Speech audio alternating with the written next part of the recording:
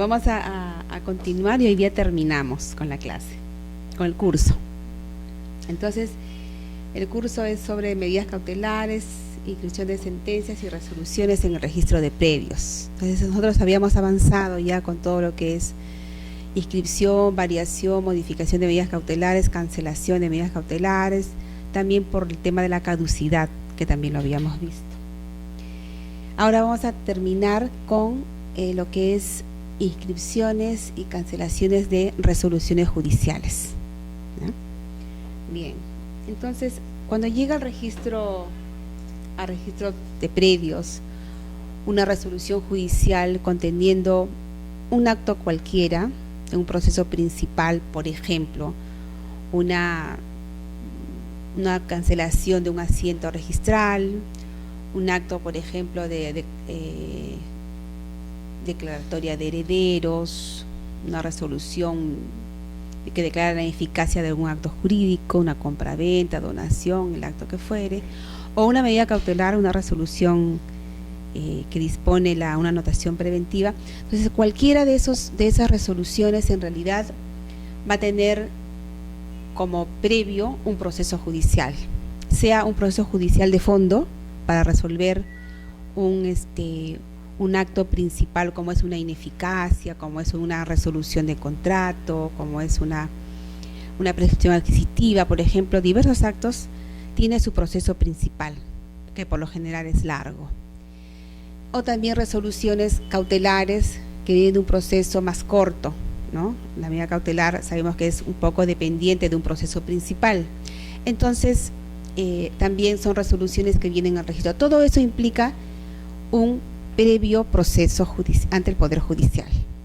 Entonces, para eso habría que tener en cuenta cuando llega al registro una resolución de cualquier tipo que menciono, nosotros de inmediato debemos aplicar entonces toda la normativa que corresponde a resoluciones, y para eso tenemos tanto el Código Civil, normas del Código Procesal Civil, normas incluso de la Ley Orgánica del Poder Judicial, específicamente un artículo.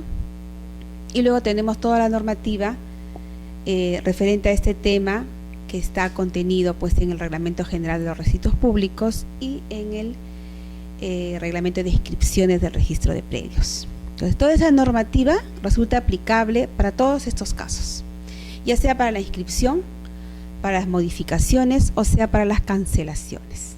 Entonces, yo he tomado en cuenta los artículos que correspondan y los he condensado para comentarlo. Por ejemplo, empezamos con el título preliminar, algunos artículos. El título preliminar nos habla de una tutela jurisdiccional efectiva, es decir, si nosotros tenemos alguna controversia, algún problema determinado y no podemos resolverlo por nuestra propia cuenta, entonces recurrimos al Poder Judicial solicitando esa tutela jurisdiccional, la cual debe ser efectiva, ¿no? Entonces, esa tutela jurisdiccional efectiva, ¿qué implica? Va a implicar, de todas maneras, la existencia de un debido proceso. O sea, si yo quiero recurrir al Poder Judicial, ya sea para defender mis derechos, o sea para accionar o ejercer algún derecho que yo considero que debo solucionarlo, porque hay un conflicto, entonces debe haber, todo eso implica la existencia de un debido proceso, ¿no? ¿Y qué es el debido proceso? El debido proceso, de acuerdo con la misma normativa, es una garantía constitucional, ¿no? Que se da pues esta garantía tanto, como decía, para ejercer algún derecho o para defender, pero todo eso va a implicar, el debido proceso va a implicar principalmente la aplicación correcta, cabal y sobre todo, la ley habla de un respeto pleno de las normas procesales. O sea, si hay una correcta aplicación de las normas procesales, si hay un respeto completo, total a las normas procesales, estamos hablando de un debido proceso. Así es. Entonces, eso se supone que una resolución, un parte judicial cuando llega al registro, se supone que ha seguido un debido proceso. Por eso el juez está determinando, por ejemplo, cancelar un asiento de inscripción, cancelar, por ejemplo, una donación en el registro, que tiene sus consecuencias grandes, porque el titular va a dejar de ser titular, ¿no?, por esa cancelación que el juez está ordenando. Entonces se supone que ha habido un debido proceso. Muy bien. Ahora, ¿para qué recurrimos al Poder Judicial? Recurrimos nosotros cuando tenemos un conflicto de intereses. La ley dice para eliminar una incertidumbre jurídica. Entonces, teniendo ese problema encima, recurrimos al Poder Judicial para que dé solución a estos tipos de problemas, a este conflicto o a esta incertidumbre, ¿no? La finalidad abstracta, de acuerdo al mismo código, es lograr la paz social con justicia, que es un ideal, ¿no?, que se puede lograr de repente en muchos casos, con una correcta aplicación de las normas y finalmente con un fallo que el juez lo dé de acuerdo a a un conjunto de actos que ha seguido y finalmente ha resuelto. Ahora, para todo esto, para lograr esta paz con justicia, para lograr para lograr esta solución al conflicto de intereses o para eliminar esta incertidumbre jurídica, entre otros aspectos, los jueces, por ejemplo, deberán aplicar la normativa que corresponda cuando el accionante ha omitido, ¿no?, consignarlo, ¿no?, o no lo haya invocado o lo dijo erróneamente. Entonces, para lograr esta paz con justicia, este resultado querido por el accionante, el juez, entre otros aspectos, debe aplicar de inmediato la norma que corresponda. Y así podemos acelerar el proceso y llegar de una manera oportuna a resolver un conflicto determinado, porque mucho se dice, ¿no?, y se habla de las resoluciones judiciales, y no son oportunas, poco que dejan de tener la eficacia debida, porque ya pasó, ¿no? La idea es que sea en su oportunidad. Entonces, para eso, el juez, entre otros aspectos, deberá aplicar la norma procesal que corresponda, aunque haya sido erróneamente invocada o no haya sido invocada por el accionante. Bien. Entonces, entramos a ver lo que es resoluciones judiciales, ¿no? Para el Código Procesal Civil, ¿qué son las resoluciones judiciales? Ya lo señala en un artículo determinado y nos dice que son actos procesales. Actos procesales que se dan durante el transcurso del juicio, del proceso, y actos procesales que tienen por finalidad culminar, ¿no?, el proceso, o sea, pone fin al proceso o pone fin a la instancia. De acuerdo a qué característica, a qué es lo que apunte las resoluciones judiciales, se clasificarán, ¿no?, estas. Tenemos, por ejemplo, la clasificación se da en decretos, autos y sentencias. Los decretos son de mero trámite, de simple trámite, nos dice el código, lo cual no va a requerir una mayor motivación, ¿no? Luego tenemos los autos sí requieren una motivación y estos, por ejemplo, se dan para lo que es contestar, declarar el auto admisible de la demanda, por ejemplo, ¿no?, para los casos de saneamiento, reconvenciones, etcétera. Entonces, sí son de mayor, digamos, importancia, por así decirlo, y por tanto requieren una motivación. Y luego tenemos las sentencias, que son, digamos, las principales, ¿no? Estas sentencias van a poner fin a la instancia o van a poner fin a todo el proceso, y estas sí requieren ser motivadas y sobre todo deberán ser precisas.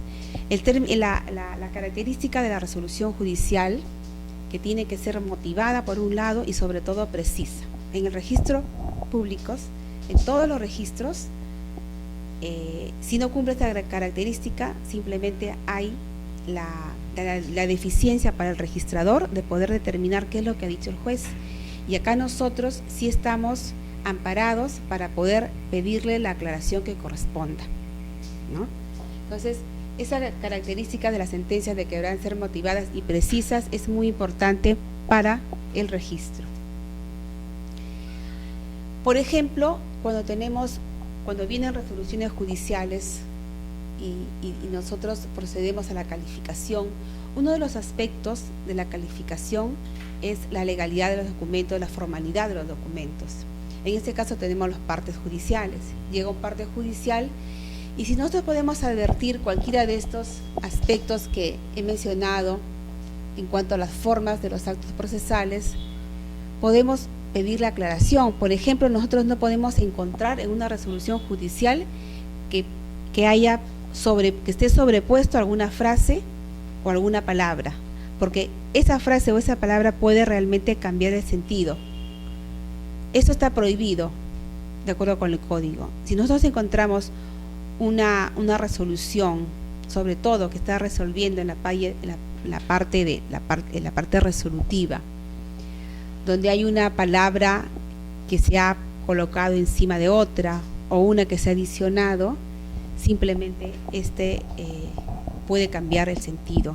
Nosotros estamos obligados y amparados para poder solicitar al juez que aclare ese aspecto, ¿no? Tampoco, por ejemplo, si hay alguna frase completa, como que a veces se da, como el código dice, habría que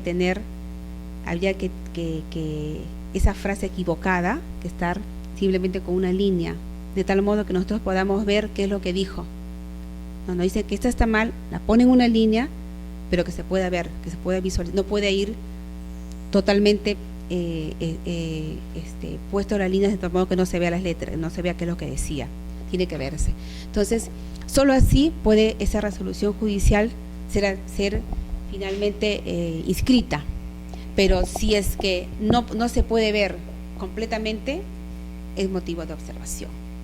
Igual en cuanto a fechas y cantidades, generalmente en cuanto a fechas y cantidades de repente no somos tan exigentes, porque por lo general dice tiene que estar con letras, a veces vienen las cantidades bien precisas, entonces con números, ¿no? De repente ahí no es tan importante, lo que sí para estas dos últimas, porque ahí se puede cambiar el sentido, ¿no? Que no puede haber sobrepuesto a palabras, ni pueden estar totalmente borradas alguna frase o alguna línea o alguna palabra. Entonces, estos aspectos, por ejemplo, son materia de solicitud al juez, de poder decirle que nos precise o nos aclare ese aspecto que está errado, ¿no? Que no está de acuerdo con lo que el código nos dice.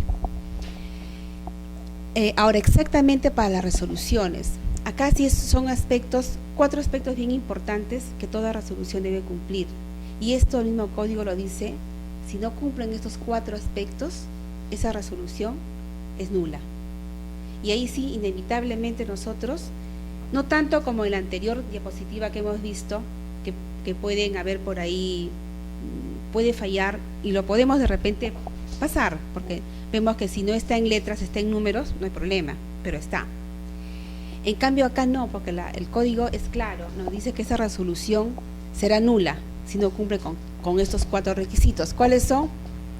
Toda resolución judicial, sea medida cautelar o sea una resolución que resuelve un tema, una acción de fondo de un proceso principal, deberá contener el lugar y fecha, obligatoriamente, el número de orden que corresponda en el proceso, la suscripción del juez y del auxiliar jurisdiccional, no puede faltar.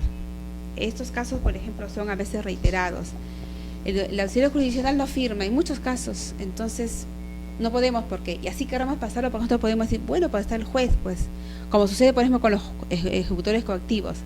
La ley nos habla en el caso del ejecutor coactivo, esa resolución es firmada por él, no tanto por el secretario o por el auxiliar.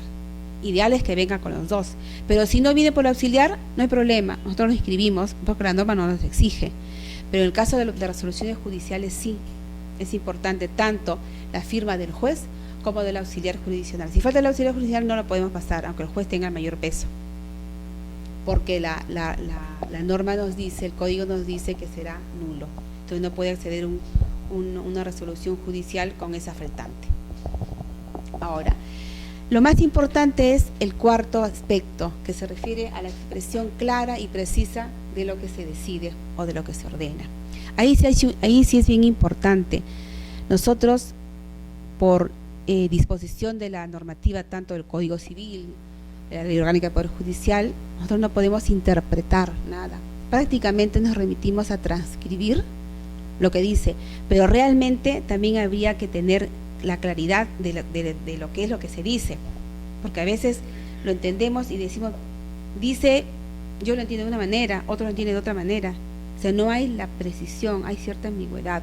Cuando esto se da, entonces sí estamos amparados para poder decirle al juez que precise la orden que ha dado, ¿no? Entonces, sobre todo las observaciones o los pedidos de aclaración al juez, porque no hablemos de observaciones propiamente, sino pedidos de aclaración, porque así nos faculta la norma, pedir de aclaración, básicamente están referidos a este último punto, ¿no? Cuando no hay la precisión del caso. Y este es un tema más de fondo. Entonces, debemos entonces pedirle, aunque después vamos a ver el artículo 20.11 cómo nos limita, pero a su vez hay una especie de contradicción de algunas normas. Porque acá, nosotros vemos todas estas características, vemos que si no se cumple, será nula. Entonces, un documento nulo no puede tener acceso al registro. Y si nosotros advertimos cualquier requisito faltante o cualquier requisito ambiguo, tendríamos que decirle al juez obligatoriamente. Sin embargo, el artículo 20.11 del Código Civil, que lo vamos a ver ahora, nos limita, ¿no? Bien. Otros artículos del Código Procesal Civil que se aplican frecuentemente en el registro son, he mencionado algunos, por ejemplo, el artículo 123. El artículo 123 está referido a aquellas resoluciones que tienen la calidad o la autoría de cosa juzgada. Estas resoluciones, en principio, son resoluciones inmutables, que quedaron ahí porque ya pasó el tiempo debido, nadie interpuso alguna acción que corresponda, declaró consentida, o llegó hasta el final, ejecutoriada. Entonces, es una resolución firme. Se supone que estas sentencias son inmutables, y lo dice el Código. Sin embargo, hay excepciones, y la excepción, por ejemplo, ahí está prevista en el artículo 178 y el 407. El 178 se refiere a la nulidad de cosa juzgada fraudulenta, y por eso es una excepción que ahí tiene su motivación, tiene su base. Por lo general es que llega al registro una resolución con la calidad de cosa juzgada, eso es lo que es inmutable. La otra excepción es el artículo 407 del Código Procesal Civil, y eso está referido a lo que es corrección de resoluciones, corrección de errores materiales. Pero también el 406, que lo vamos a ver después, nos habla de un poco la aclaración, sin que se llegue a alterar la resolución, se puede aclarar alguna duda, alguna ambigüedad. El 407 nos habla solo de lo que es corrección de errores materiales. Esos son las dos excepciones que se ha previsto en el artículo 123, ¿no? Para cuando señala que la cosa juzgada es inmutable. Ahora, el artículo 148, que permanentemente lo utilizamos en el registro, es que las comunicaciones que se efectúan entre funcionarios es mediante oficio. O sea, el parte judicial que envía el juez al registro por cualquier acto, por cualquier resolución, deberá siempre dirigirse al registrador mediante oficio. El parte judicial se adjunta el oficio, ¿no? En el oficio deberá contener la solicitud de lo que el juez está requiriendo al registro. Entonces, las comunicaciones es siempre mediante oficio. Esto está recogido también en el reglamento de inscripciones, ¿no? que contendrá el parte judicial y el oficio correspondiente. Ahora, en cuestiones de exhortos tenemos pocos casos que llegan al registro, pero se dan, ¿no? Viene de otra provincia, manda por exhorto al juez competente, y el juez de Lima nos envía el documento. Entonces, en realidad no tiene mayor relevancia, pero son casos que se presentan al registro, los menores, pero se dan los documentos que llegan, las partes vía exhorto. Ahora, por ejemplo, cuando nosotros tenemos o nos llega al registro una conciliación, estuvo dándose un proceso principal y de repente las partes deciden conciliar. Ese documento que contiene la conciliación de las partes litigantes, nos dice el Código que tiene el efecto de una sentencia con la calidad de cosa juzgada. Entonces, ¿qué quiere decir? Que la conciliación como la transacción son formas que el Código permite de culminación del proceso. Entonces, culmina por conciliación. Bien, esa conciliación se firmó, el juez la autorizó, etcétera, prácticamente queda convertido como si fuese una sentencia con la autoría de cosa juzgada. De tal modo Claro, claro. En realidad también las extrajudiciales tienen... Sí, dígame.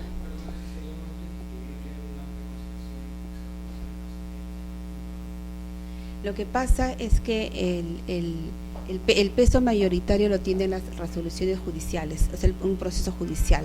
¿Por qué? Porque aquí el juez ha determinado y ha, no sé si autorizado esta forma de conclusión del proceso. Sí, así es, tiene la misma calidad. Sin embargo, en las resoluciones que vienen del Poder Judicial nosotros tenemos la tranquilidad del caso. Viene el Poder Judicial, luego de un proceso se culmina el juez. En cambio, las otras, de repente hay el mayor cuidado que hay que tener. ¿Por qué? Porque esto, como está fuera es previo, está fuera del proceso judicial, al igual que los centros de arbitraje que yo les comentaba inicialmente, el peligro que hay. Entonces, no hay mucha, digamos, garantía, por así decirlo.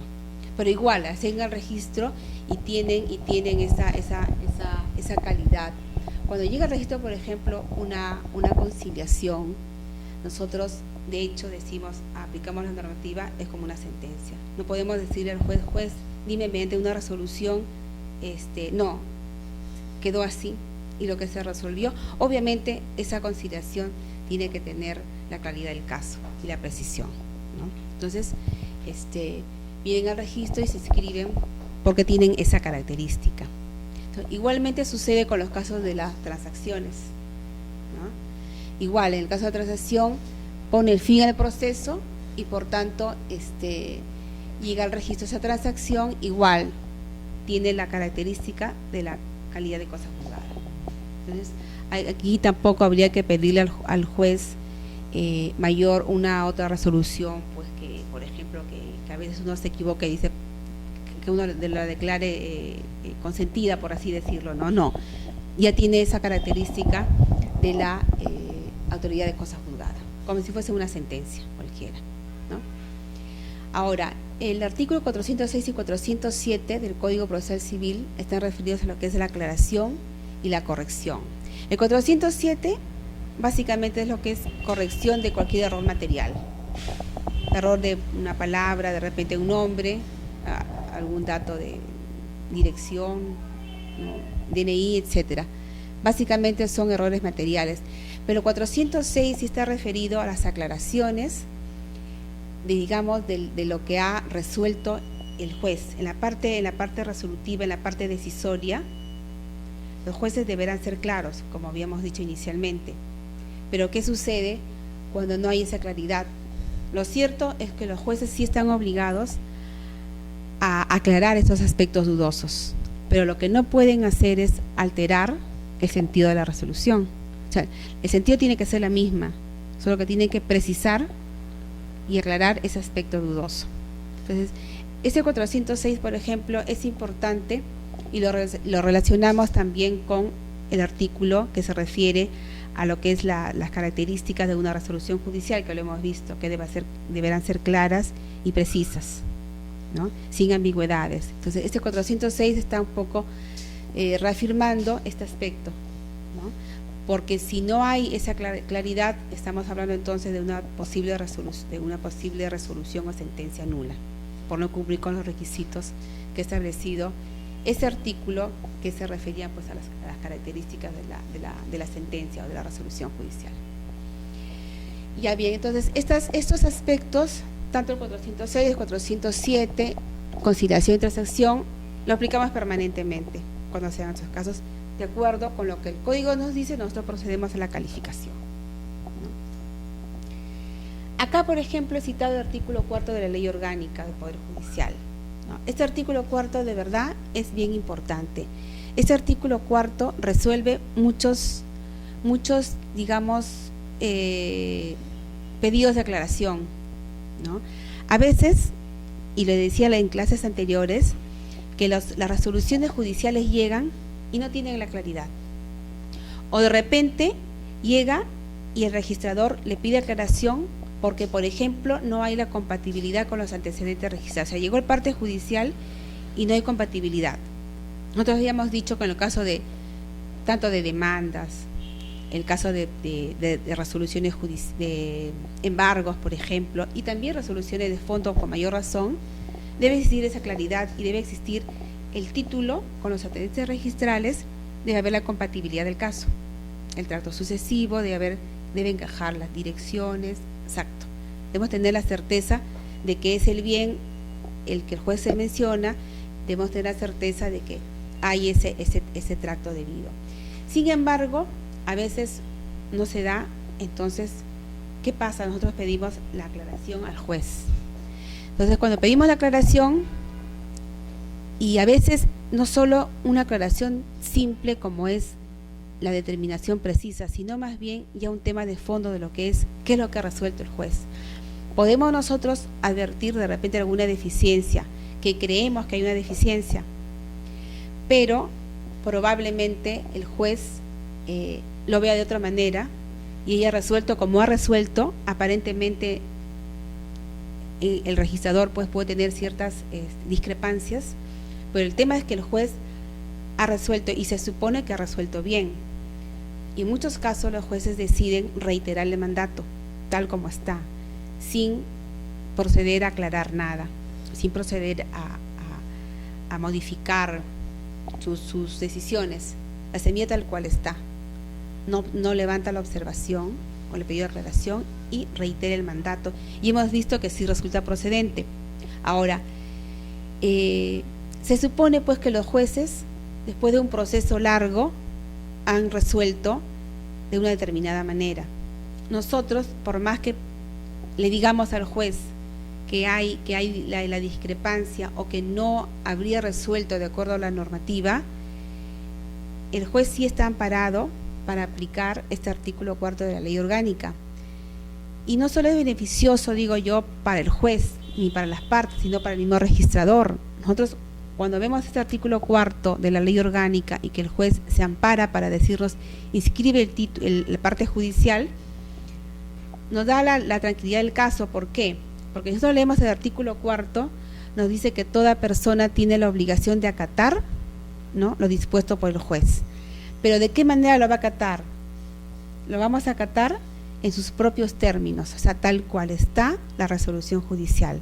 Y no podemos cuestionar ni calificar el contenido de la resolución, no podemos tampoco cuestionar ni calificar los fundamentos que ha tenido el juez, porque a veces se ha dado casos, por ejemplo, en un proceso de prescripción adquisitiva, hemos podido advertir que todo ese procedimiento de repente no se notificó debidamente a los colindantes importantes.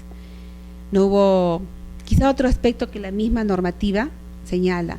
Eso en realidad no podemos entrar nosotros a calificar ni a cuestionar al juez. Debemos acatar finalmente, como dice el artículo 4, en sus propios términos, no, sin calificar el contenido de la resolución, ni podemos calificar los fundamentos, y tampoco podemos, dice, interpretar sus alcances de la resolución, ni restringir sus efectos.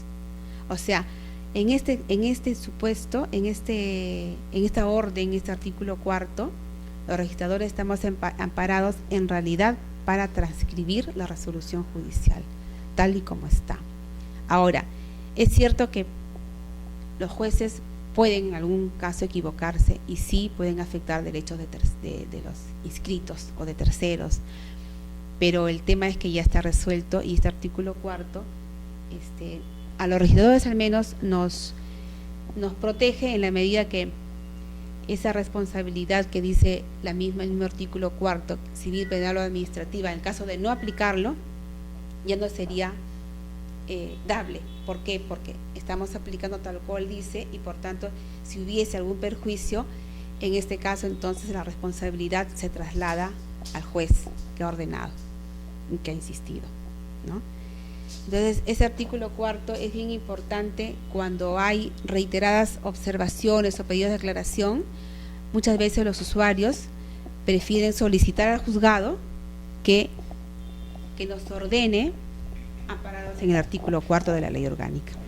Y entonces, al llegar así, en realidad el registrador no tiene mayor objeción tendría que aplicar esa resolución tal y cual está. Y acá tenemos el artículo 2011 del Código Civil. Este artículo en realidad tiene algunos proyectos de reforma, de cambio. ¿Por qué? Porque en realidad acá hay un poquito de contradicción, por así decirlo. Porque miren, en la primera parte de este artículo 2011, que está referido al principio de legalidad y rogación, ¿no?, que son principios registrales, la primera parte nos dice qué es lo que se califica. Hay 4 aspectos que el registrador debe calificar para todo tipo de actos. Para todo tipo de actos, partes notariales, documentos que vengan de cualquier entidad pública, ¿no?, formularios registrales, etcétera.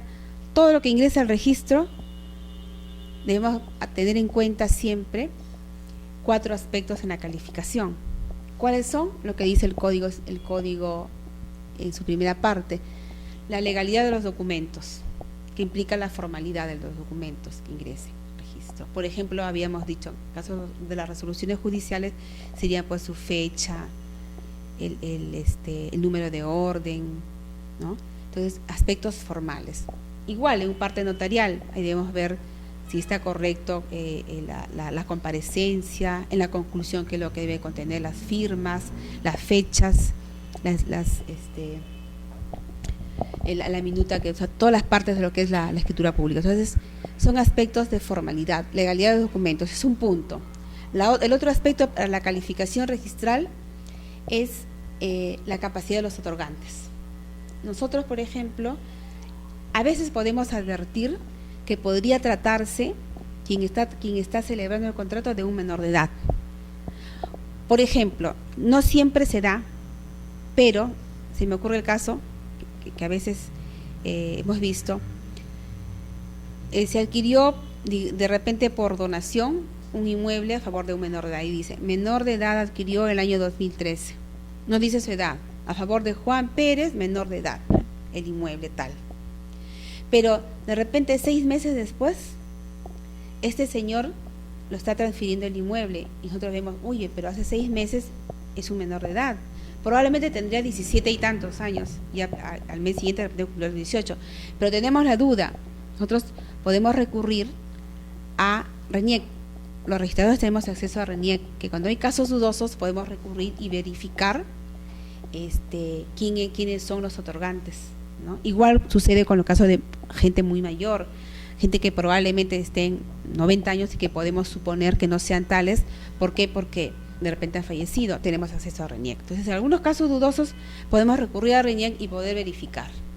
Ahora, esta capacidad de los otorgantes, exactamente quién lo da, es el notario, es la autoridad que nos envía el registro. Por lo general notarios ellos sí pueden, se entrevistan directamente con las partes, les piden sus documentos, verifican que sean ellos y verifican obviamente su capacidad, ¿no?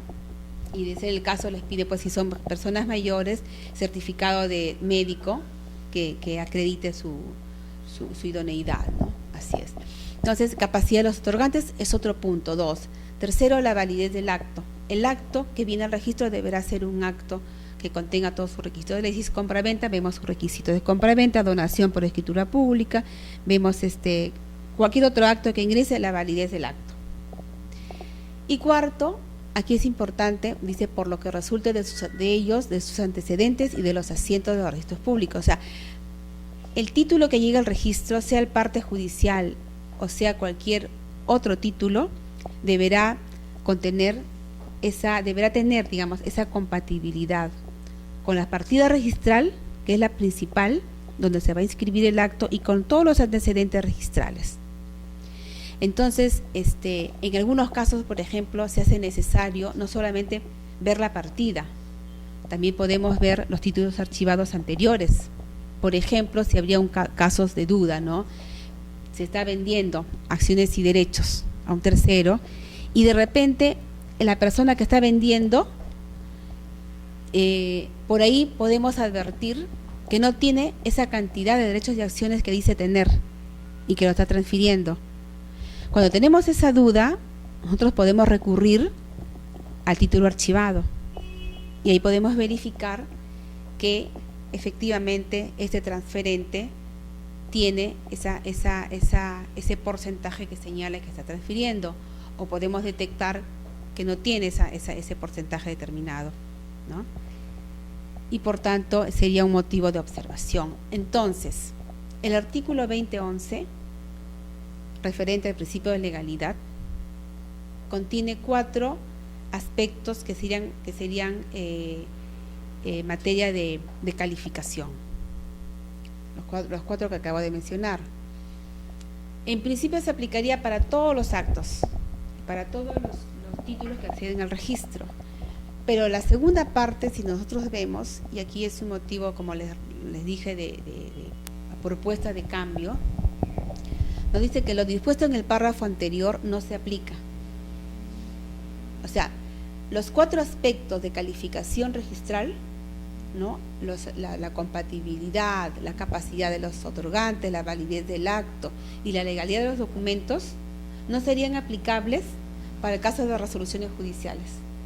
O sea, en buena cuenta es, no veas nada si no hay compatibilidad o no veas, no se ve la validez, la capacidad de los otorgantes, no se ven esos 4 aspectos que son determinantes en la calificación, y solo procederíamos prácticamente a transcribir algo así como a ciegas lo que el juez dice.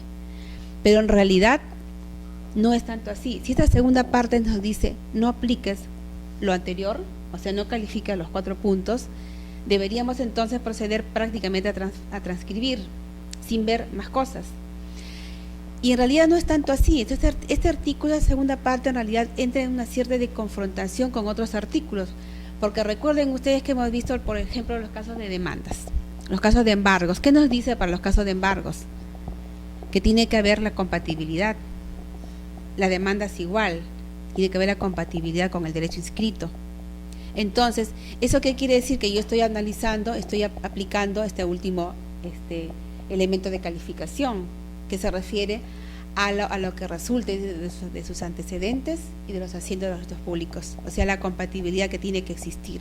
Si el demandado es Juan, tiene que ser Juan el propietario, que debe encajar.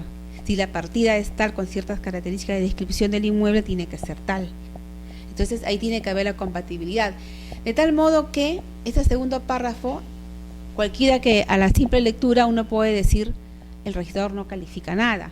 El registrador tendría que transcribir lo que el juez dice a ciegas, pero no es tanto así. Entonces, acá nos dice, podrán solicitar la aclaración o las informaciones que sean necesarias, pero en ese pedido de aclaración nosotros necesariamente y obligatoriamente tendremos que decirle entonces que hay esa deficiencia. Por ejemplo, el demandado, si su caso de levantación de demanda no es tal, o en el caso de un acto ya de fondo, ¿no? Por ejemplo, no sé, si el caso de una declaratoria de herederos, el causante tiene un nombre determinado y no es, de repente ya hace tiempo lo había vendido, como sean los casos, ¿no? Llega al registro, por ejemplo, una sucesión intestada, hay un grupo de herederos y vamos a ver la partida. Efectivamente, en algún momento el causante de nombre, cualquier nombre, Pedro Flores, ese causante que murió el año pasado, ya el anteaño había transferido el inmueble. Entonces no hay la compatibilidad.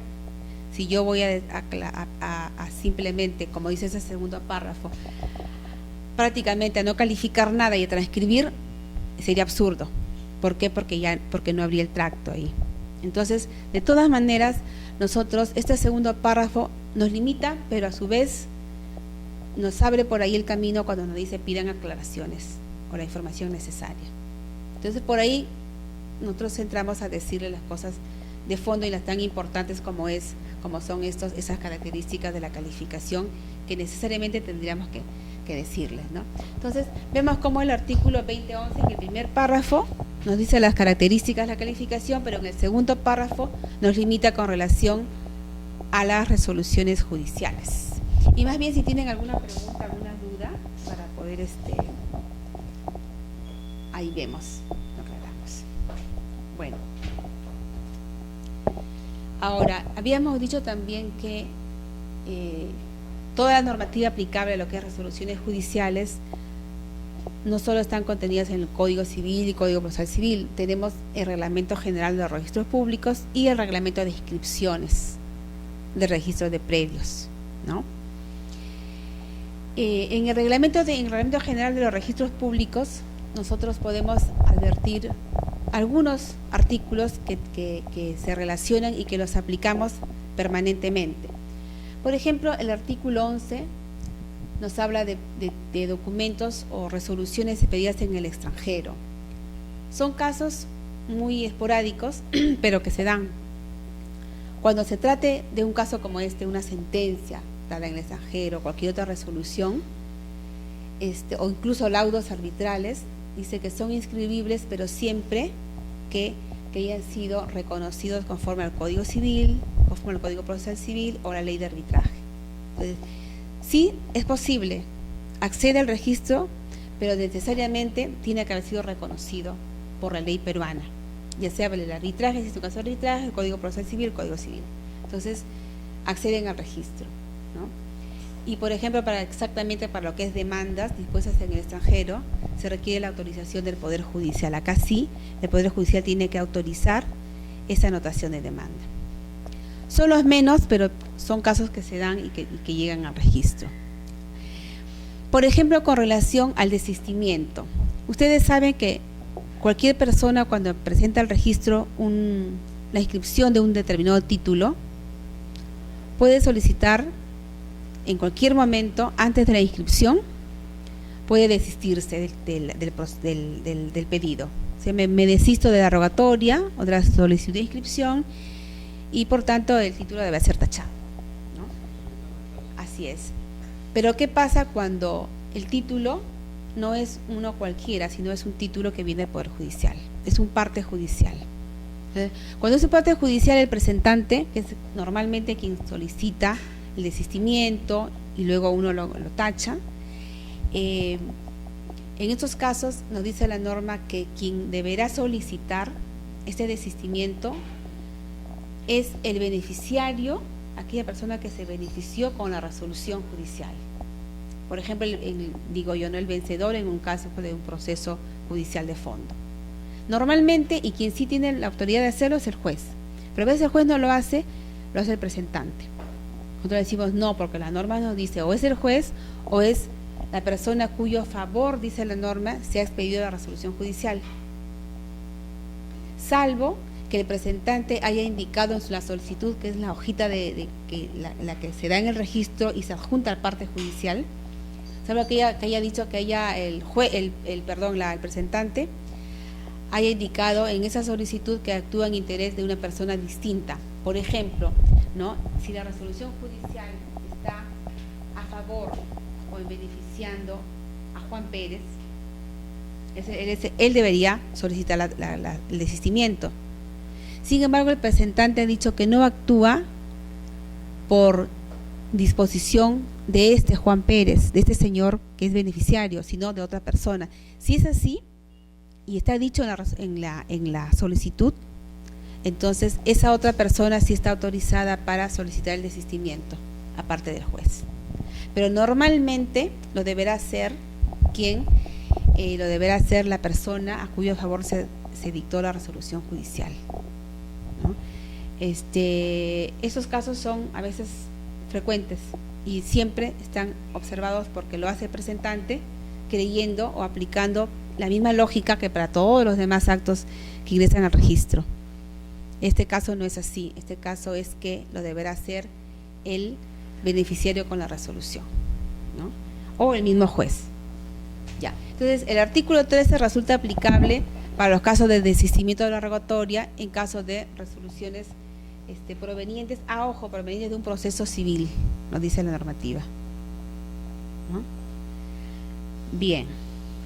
El artículo 32 es donde nosotros prácticamente estamos, como les decía, se relaciona con el artículo 2011 del Código Civil.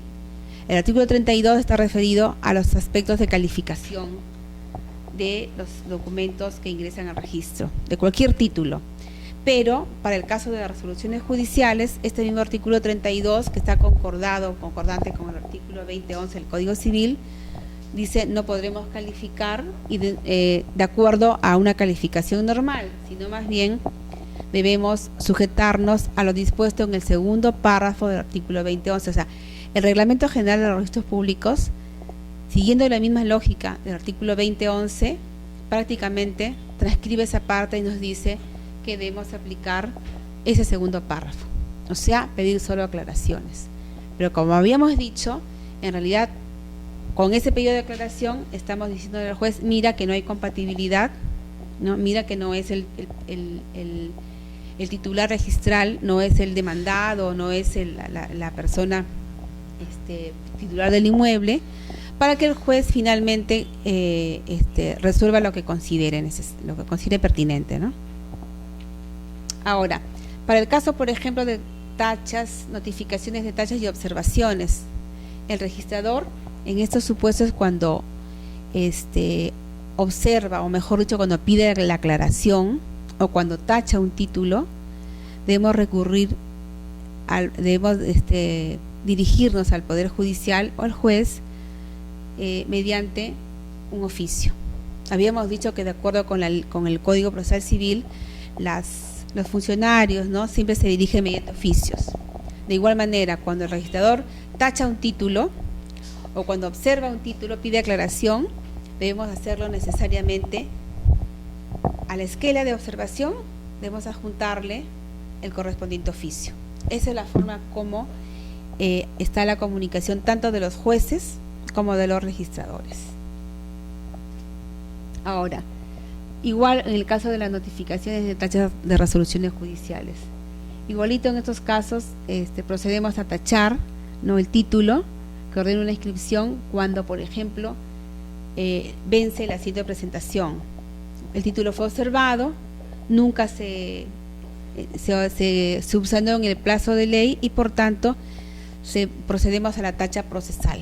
La tacha procesal, 35 días, así es, claro. Entonces, nosotros procedemos en estos casos, pasó el término de ley, no subsanó y procedemos a la tacha procesal, se dice en estos casos, o tacha sustantiva. Tacha sustantiva es cuando llega el título, vemos que hay unas deficiencias importantes que no pueden dejar de faltar en un acto jurídico determinado y procedemos a la tacha sustantiva. Entonces, y la tacha procesal es cuando no ha subsanado en el término de ley, pasó el tiempo y devino una tacha por sí sola. Procedemos a hacer. En ambos casos, nosotros igual debemos recurrir al Poder Judicial, debemos dirigirnos, vía oficio. En la forma normal, sea para las tachas, sea para las observaciones, ¿no? Igual vía oficio. Ahora, ¿qué pasa cuando nosotros procedemos a la inscripción de un título, de una resolución judicial?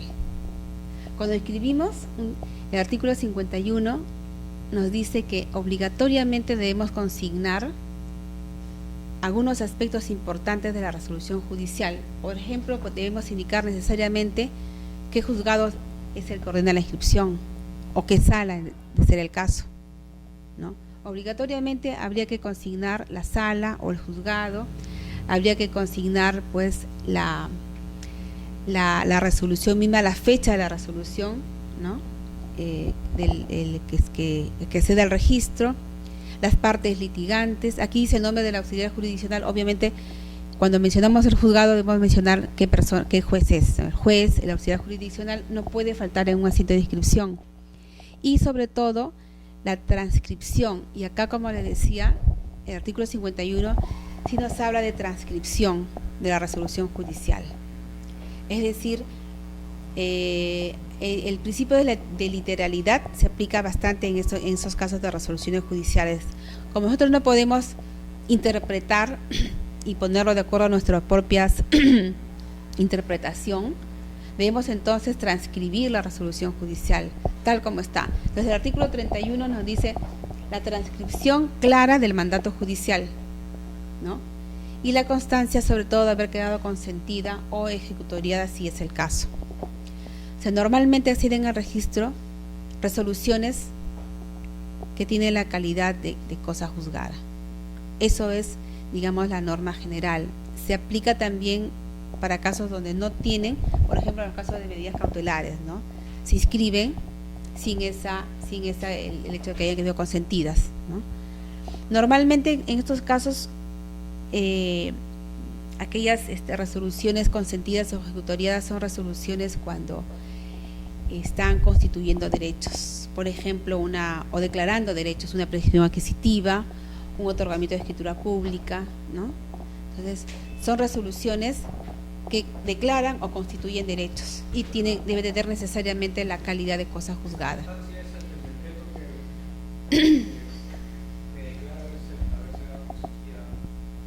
Claro, la resolución, así es. Cuando llega al registro un parte judicial y nosotros vemos que hay muchos recaudos, está el oficio y está la resolución. La resolución es de una fecha determinada y resolvió una ineficacia de un acto jurídico, por ejemplo. Resuelto, pero nosotros falta una resolución adicional, que es la resolución que declara consentida o ejecutoriada esa resolución que resolvió el proceso principal, la acción, ¿no? Entonces, si bien se declaró la nulidad de un asiento o de un título, o la cancelación, o la resolución, el acto que fuere, necesariamente, porque esa sentencia, al estar determinando o constituyendo derechos, está, como dice la norma, implicando la mutación de derechos reales en el registro, necesariamente deberá tener la calidad de cosa juzgada. ¿Y cómo lo acredita? Mediante la resolución que señale que quedó consentida de ser el caso porque no hubo ningún recurso o ejecutoriada. Entonces, obligatoriamente debemos nosotros dejar claro en el asiento registral, aparte de estos datos como los nombres de las partes, litigantes, el juez, el auxiliar, la transcripción del mandato judicial y el hecho de haber quedado consentida o ejecutoriada si es el caso, ¿no? Ese es la característica de un asiento registral en base a un parte judicial. Esos datos no pueden faltar. Bien. El artículo 65 del Reglamento General de los Registros Públicos hace mención también a lo que es anotaciones preventivas. Nosotros habíamos visto las primeras clases, las medidas cautelares son anotaciones preventivas, ¿no? Entonces, estas, como contiene una resolución judicial, contiene este mandato, se inscribe en el registro como anotación preventiva. Pero también las resoluciones judiciales que no den mérito a una, dice la norma, a una inscripción definitiva, también son posibles de inscribirlos como una anotación preventiva. Es decir, no tiene la calidad de cosa juzgada, todavía no ha culminado, pero el juez decide de pronto enviar una resolución al registro y pedir su inscripción. Nosotros procedemos a decirle, pero no es la resolución definitiva y por tanto y no está consentida. Los jueces lo toman como una especie de anotación preventiva y la norma lo ampara, ¿no? Nos piden, inscríbase la resolución judicial, todavía no está dando mérito a una resolución, a una inscripción definitiva porque no está mutando derechos reales y por tanto el juez puede solicitar en realidad cualquier resolución.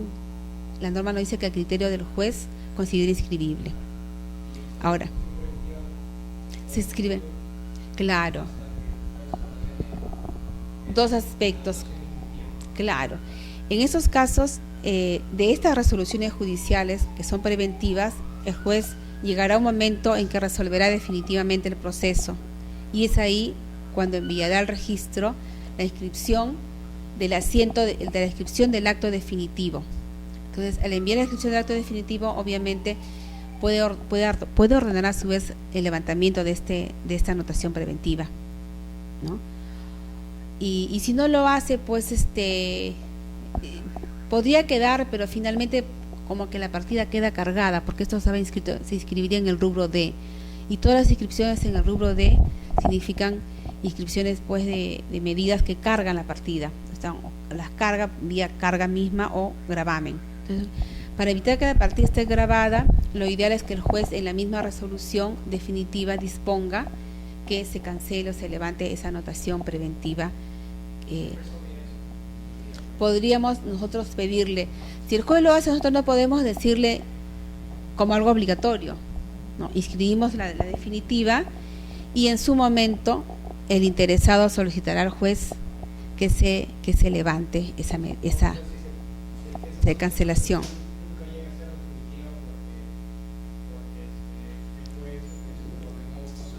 Claro.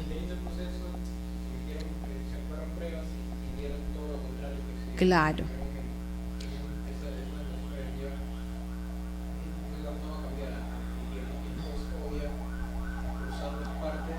Ya.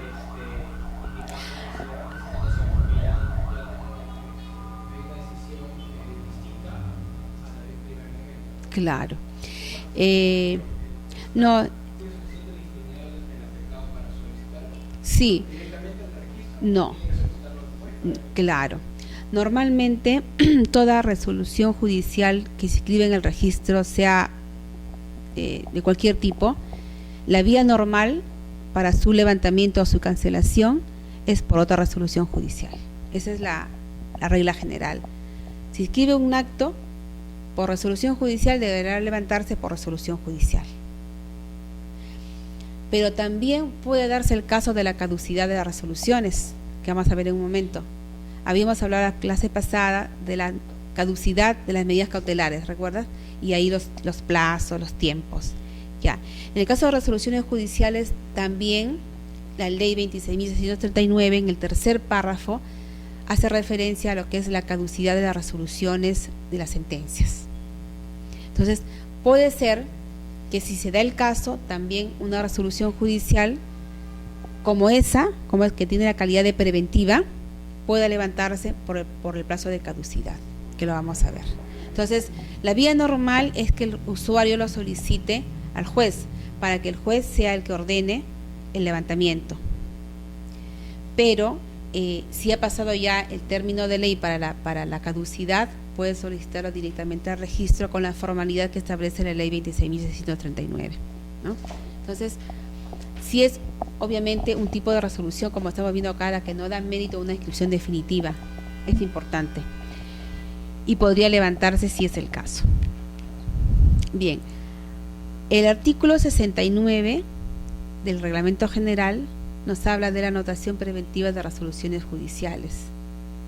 Y nos dice que todas estas anotaciones preventivas que el juez lo solicite, deberán ser inscritas sin perjuicio de que hayan sido impugnadas dentro del procedimiento, ¿no? Salvo disposición en contrario.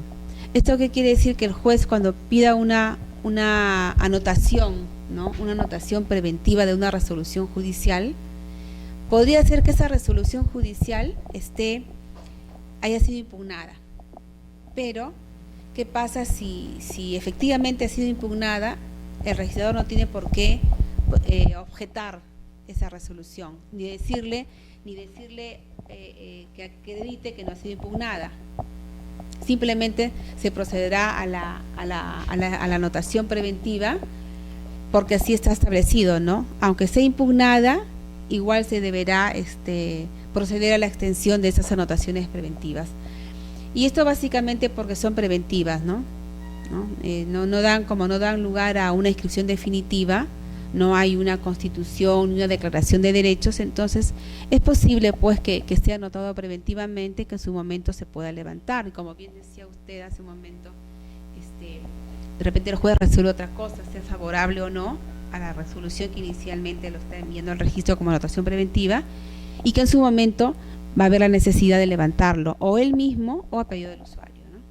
Entonces, de acuerdo a lo que se resuelva, pero finalmente son resoluciones que como no dan lugar a una inscripción definitiva, entonces no importa si es que han sido impugnadas, no es motivo de observación en este caso. Otro artículo que que se relaciona es el artículo 94. El artículo 94 tiene algunos supuestos, ¿no? Y el supuesto D es aquel supuesto que nos dice pues que cuando hay cancelación total de tanto de las inscripciones como de las anotaciones preventivas.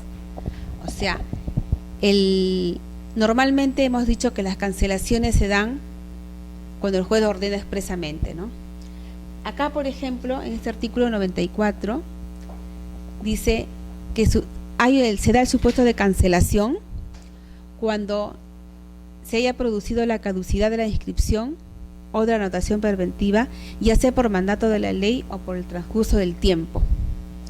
Hay algunas inscripciones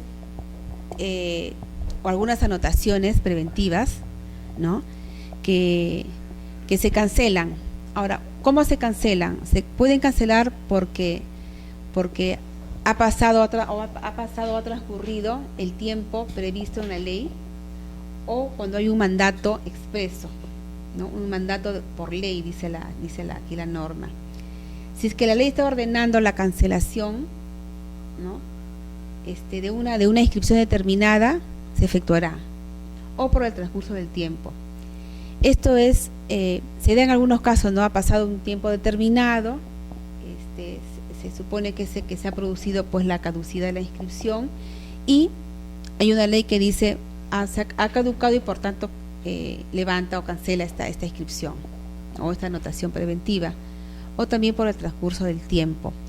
Cuando hablamos del transcurso del tiempo, un poco vamos a referirnos a la ley 26.639, que en el artículo 3º de esta ley agregó los supuestos de resoluciones judiciales, de sentencias, también de demandas, por ejemplo. Ahí vamos a ver cómo el artículo 3º de la ley 26.639, que estaba inicialmente referida solo a lo que es medidas cautelares basadas en el artículo 625 del Código Procesal Civil que hemos visto la vez pasada, en el artículo 3º incluye aspectos que no son propiamente medidas cautelares, ¿no? Incluye agravamen e hipotecas, incluye resoluciones judiciales, incluye restricciones al derecho de propiedad, incluye las demandas mismas.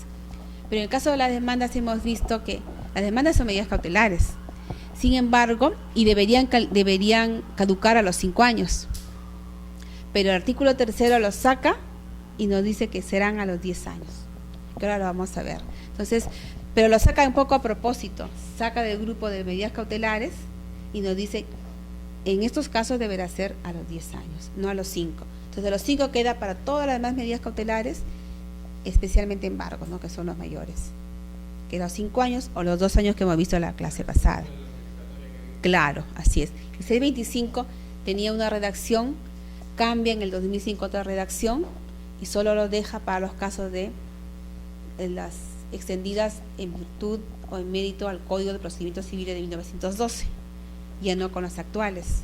Entonces hemos visto que aún se sigue aplicando, pero con los tiempos, con los plazos de caducidad de acuerdo a las fechas, ¿no?, que la vez pasada lo vimos. Entonces,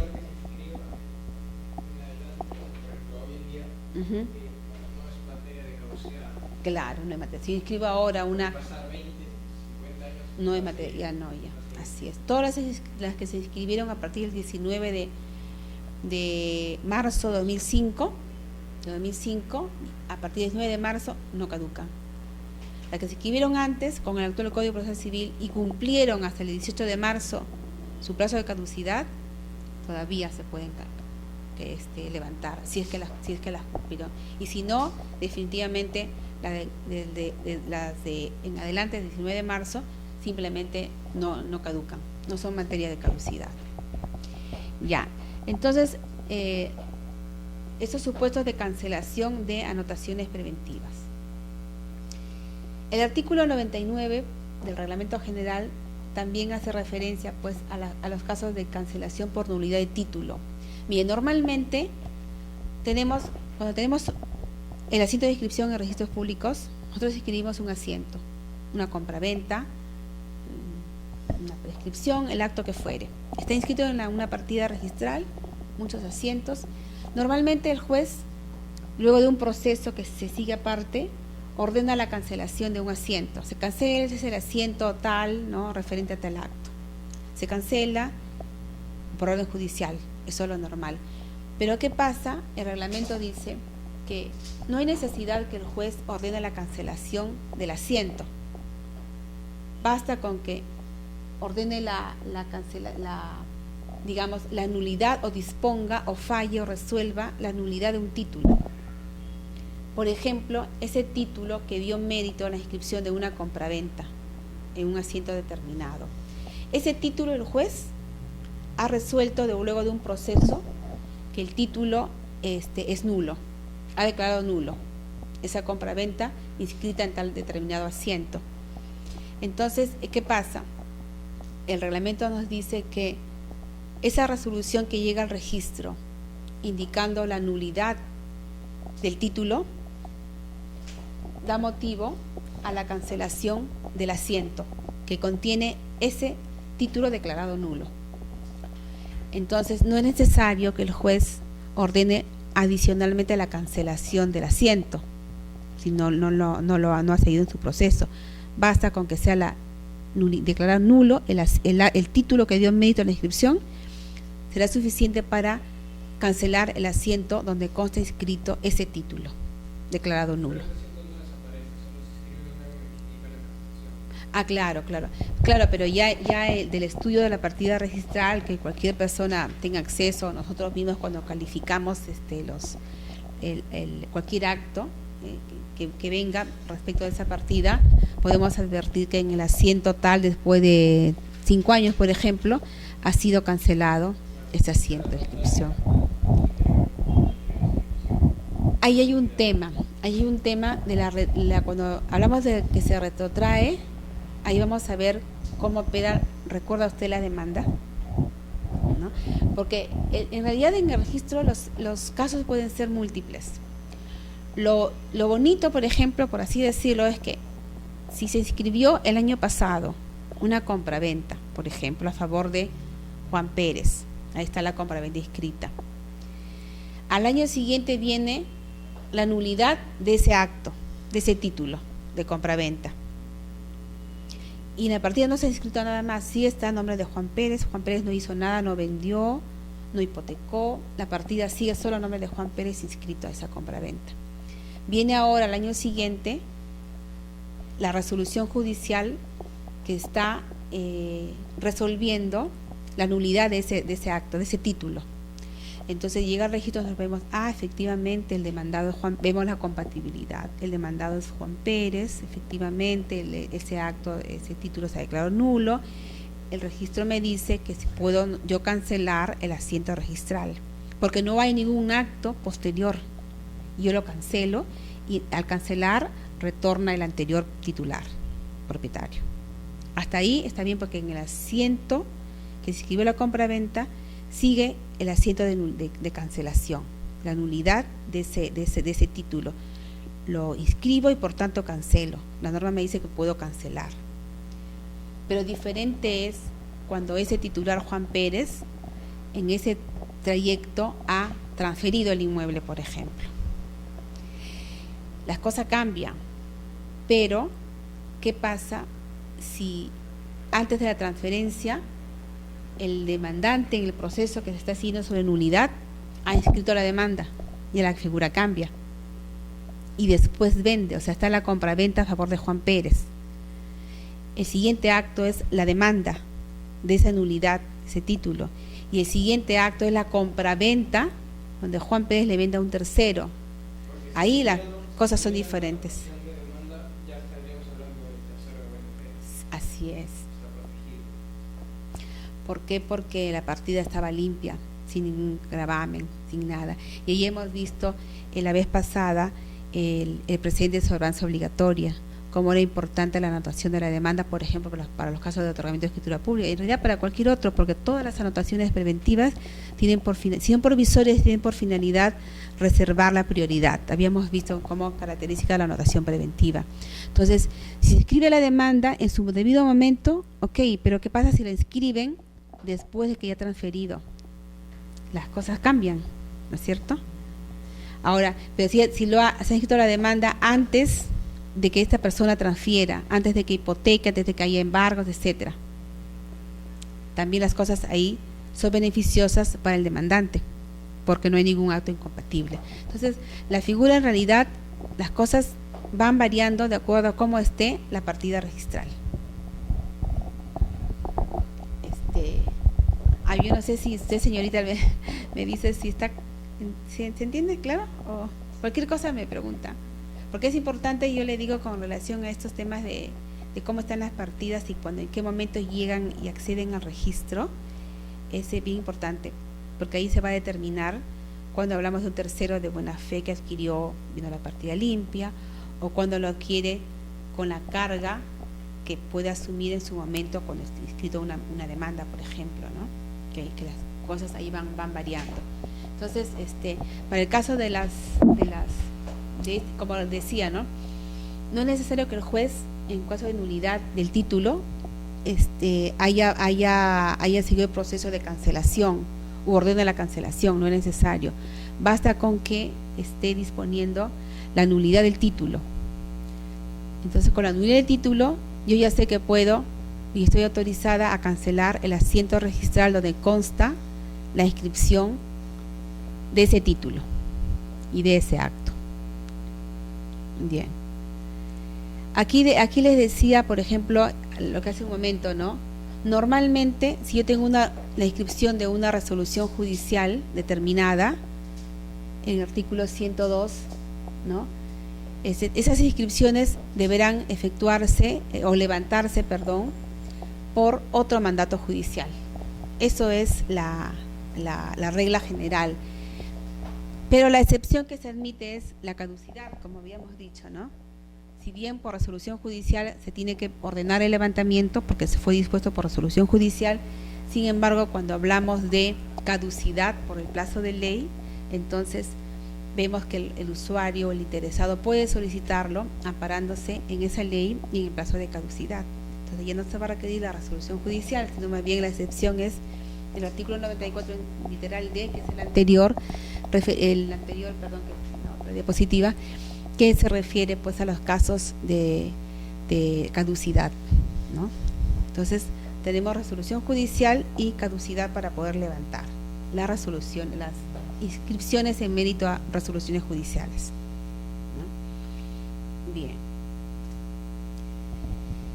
Bueno, en el artículo 107 lo estoy mencionando, ¿por qué? Porque este artículo está referido pues a la declaración de invalidez de un asiento registral. Hay un principio que es el principio de legitimidad, ¿no? Entre otros tantos principios que regulan el sistema registral. Entonces, hay una serie de principios, uno de ellos es el de legitimidad, y por legitimidad nos dice pues que los asientos se presumen ciertos y válidos y producen todos sus efectos, mientras no se modifiquen de acuerdo a nuestra normativa o se rectifiquen o se declare judicialmente su invalidez. Entonces la norma es clara, nos dice la declaración judicial de invalidez. Quiere decir que el registrador, por más que se haya equivocado, ¿no?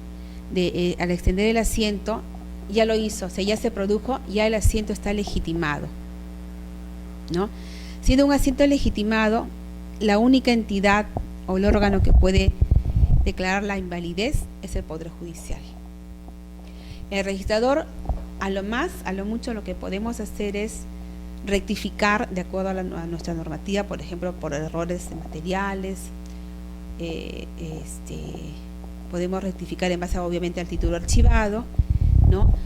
Y podemos de repente también rectificar en base al título modificatorio que lo envíe la misma autoridad correspondiente, ¿no? Pero lo que no podemos hacer es cancelar por invalidez del acto. Así nos demos cuenta posteriormente que es un acto que no era válido, que carecía de elementos para su validez, ya no podíamos hacer nada. La única autoridad para declarar la invalidez es el órgano jurisdiccional. Entonces, este artículo 107 nos dice que quien tenga legítimo interés y cuyo derecho haya sido lesionado por una inscripción, ya sea nula o anulable, porque en ambos casos llegado el momento, el juez va a resolver por nula o por anulable, puede ser. Entonces, bien, entonces cualquier persona que tenga legítimo interés, dice la norma, podrá solicitar judicialmente la declaración de invalidez de esa inscripción y, de ser el caso, pedir la cancelación del asiento en mérito a la resolución judicial, ¿no?, que declare la invalidez. Entonces, solo puede declarar ¿quién? El órgano jurisdiccional. La invalidez no lo declara el registro mismo ni el registrador. Ahora, esto es con relación a los articulados, pues, que tienen que ver con las resoluciones judiciales, artículos del Reglamento General de los Registros Públicos. Ahora vemos cómo, sí.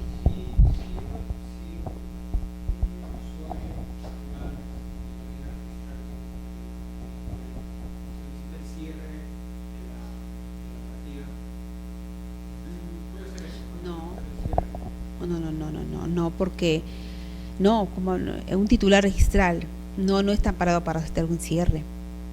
No, porque si eres titular de un inmueble, no, porque digamos, a ver, es una persona X que es titular de un inmueble, ¿no es cierto?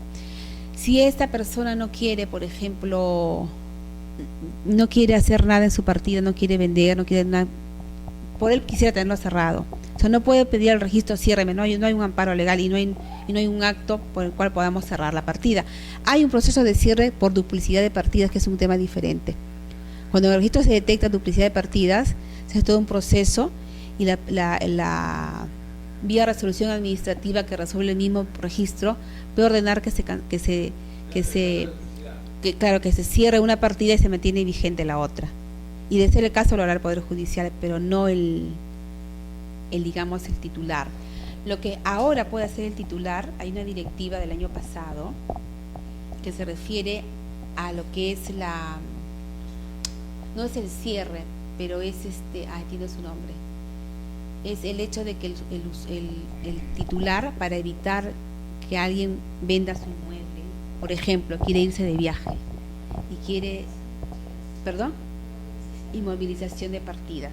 Entonces, esa directiva se está aplicando permanentemente ahora con mayor porcentaje. ¿Por qué? Porque es una medida, de repente no es tan idónea en realidad, pero es una medida que el registro ha tenido a bien aplicarla vía inmovilización temporal de partida. Por ejemplo, si usted desea que el inmueble se mantenga ahí porque se va de viaje o para asegurar, pide al registro que se inmovilice su partida. Entonces, hay requisitos para eso. Deberá ser por escritura pública, el notario deberá enviar al registro el parte notarial con el pedido o la solicitud que haga el mismo propietario del inmueble, y unas declaraciones juradas indicando que no tiene ningún título en trámite, ningún título ante, por ejemplo, ante el tribunal, o no tiene ninguna o no ha realizado ninguna venta anterior del título. O sea,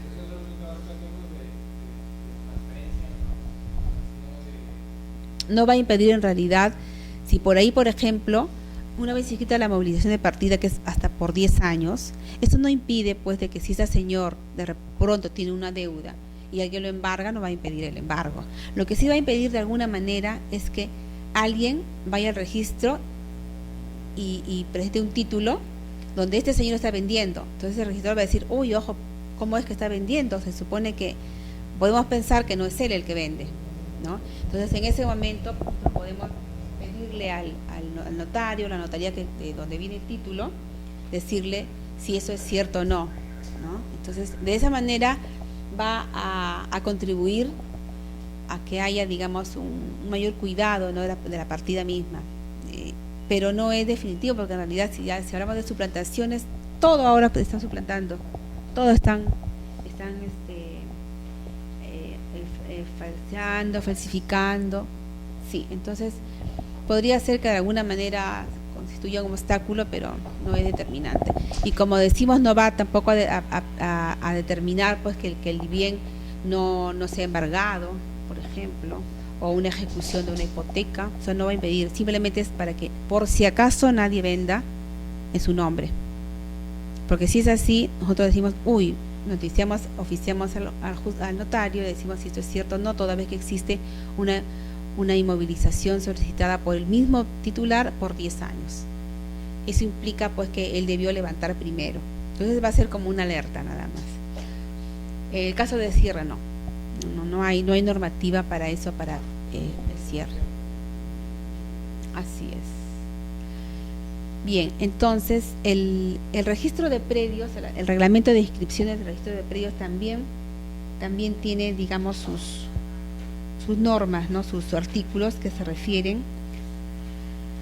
a lo que son inscripciones de resoluciones judiciales. El artículo 8, por ejemplo, este artículo nos dice, el artículo 8 nos habla de la inscripción en mérito a un mandato judicial. Nosotros habíamos visto también en las clases anteriores, en realidad para una medida cautelar o para cualquier otra resolución de fondo, se va a requerir que el parte judicial, con el oficio que corresponda, la resolución que ordene el acto, la inscripción del acto, los recaudos, y se va a necesitar también el hecho de que esté consentida. Adicional al oficio, ¿no? El oficio, la resolución, los recaudos que correspondan y el hecho de que tenga la autoridad de cosa juzgada, es decir, esa resolución adicional donde el juez nos dice que esa resolución ha adquirido la autoridad de cosa juzgada, ¿no?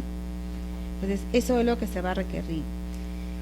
No, digamos, ahora este pedido de autoridad de cosa juzgada no le podemos pedir por caso de medidas cautelares, ¿no? La medida cautelar viene una resolución, como habíamos dicho hace un momento, que no es definitiva, entonces ahí no le vamos a pedir obviamente la autoridad de cosa juzgada.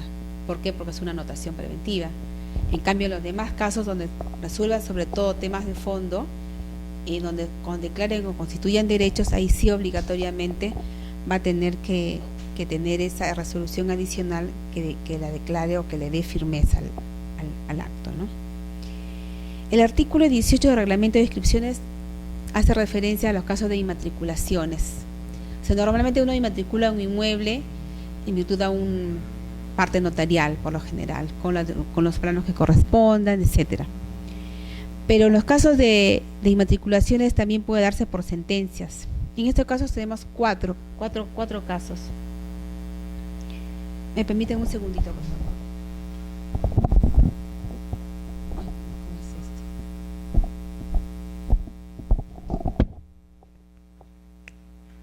Aló. Rosita, te llaman un ratito, te doy una clase. Te llamo, ¿ya? Ya. El artículo 18 entonces se refiere a qué casos se puede inmatricular, y tenemos 4 casos.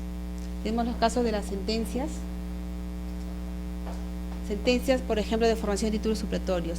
Esas sentencias de títulos supletorios como prescripción adquisitiva son sentencias que van a constituir y van a declarar derechos, ¿no es cierto? La prescripción adquisitiva declara derechos de un título ya ganado, pero declara un derecho. Esa resolución, esa sentencia.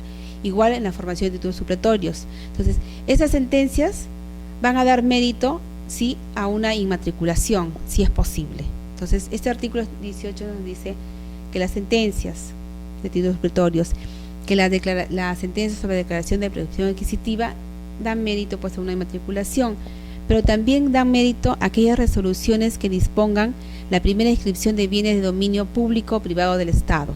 Dice, o la incorporación o reversión de un predio al dominio del Estado, de acuerdo a sus disposiciones especiales. Hay muchas disposiciones de la SBN, claro, la SBN del Estado. Entonces, aplicando esa normativa, digamos, pero esa resolución sí da lugar a una inmatriculación.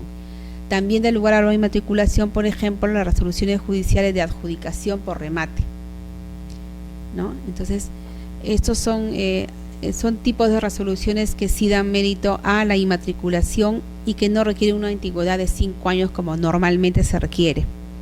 Basta con una sola sentencia, basta con una sola resolución que nos diga y que no se cumplan los 5 años, pero que esté ordenando la inmatriculación del inmueble, no hay ningún problema. Escribe. Ahora, En los artículos 122, 123 y 125 tiene que ver con la ley 26.639, perdón. Acá esta ley que la estoy mencionando, recuerdan ustedes que en la clase anterior dijimos que esta ley salió en el año 1996, ¿ya? Sale en 1996 y tiene sus 3 artículos. Los 2 primeros artículos nos dice cuál es la formalidad, ¿no? Para pedir el registro, para que cualquier usuario, o sea, cualquier persona, dice la ley, que tenga interés, puede solicitar el registro, la cancelación, ¿no? de una medida cautelar, los 2 primeros artículos, de una medida cautelar que cumpla ciertos requisitos y el plazo de ley, y puede solicitar la cancelación. Y nos dice cuál es la formalidad, ¿no? La formalidad es una declaración jurada, con firmas legalizadas o certificadas por fedatario, nos dice la norma, y indicando el asiento de inscripción y el plazo de caducidad. Nosotros procedíamos a levantar, decíamos la vez pasada, con relación a las medidas cautelares, ¿no? Específicamente embargos y cualquier otra medida cautelar. Entonces, levantamos de acuerdo a cómo vimos de la vez pasada. Ya, artículo 1 y 2 de la ley 26.639 se refiere básicamente a lo que son medidas cautelares basadas en el artículo 625 del Código Procesal Civil y que cambió en el 2005. Ya. Ahora, el artículo 3 de esta ley, que cuando nosotros analizábamos esta ley, vimos cómo es que los 2 primeros artículos sí están relacionados directamente con el tema, porque se refieren a medidas cautelares, y el 625 del Código Procesal Civil se refiere a medidas cautelares.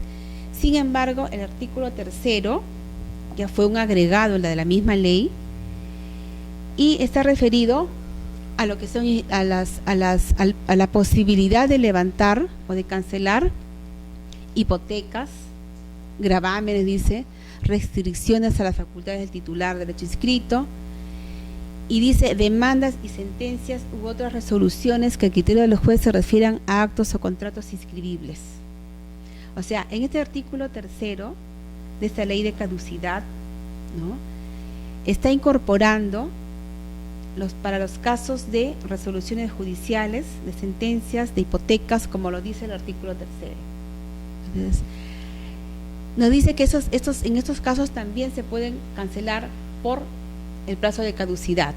¿Y cuánto es el plazo de caducidad? 10 años. Entonces, nosotros cuando leíamos, inicialmente decíamos, uy, ¿qué pasa? Tengo una sentencia, porque la norma no me dice más, me dice demandas, sentencias y todos los demás.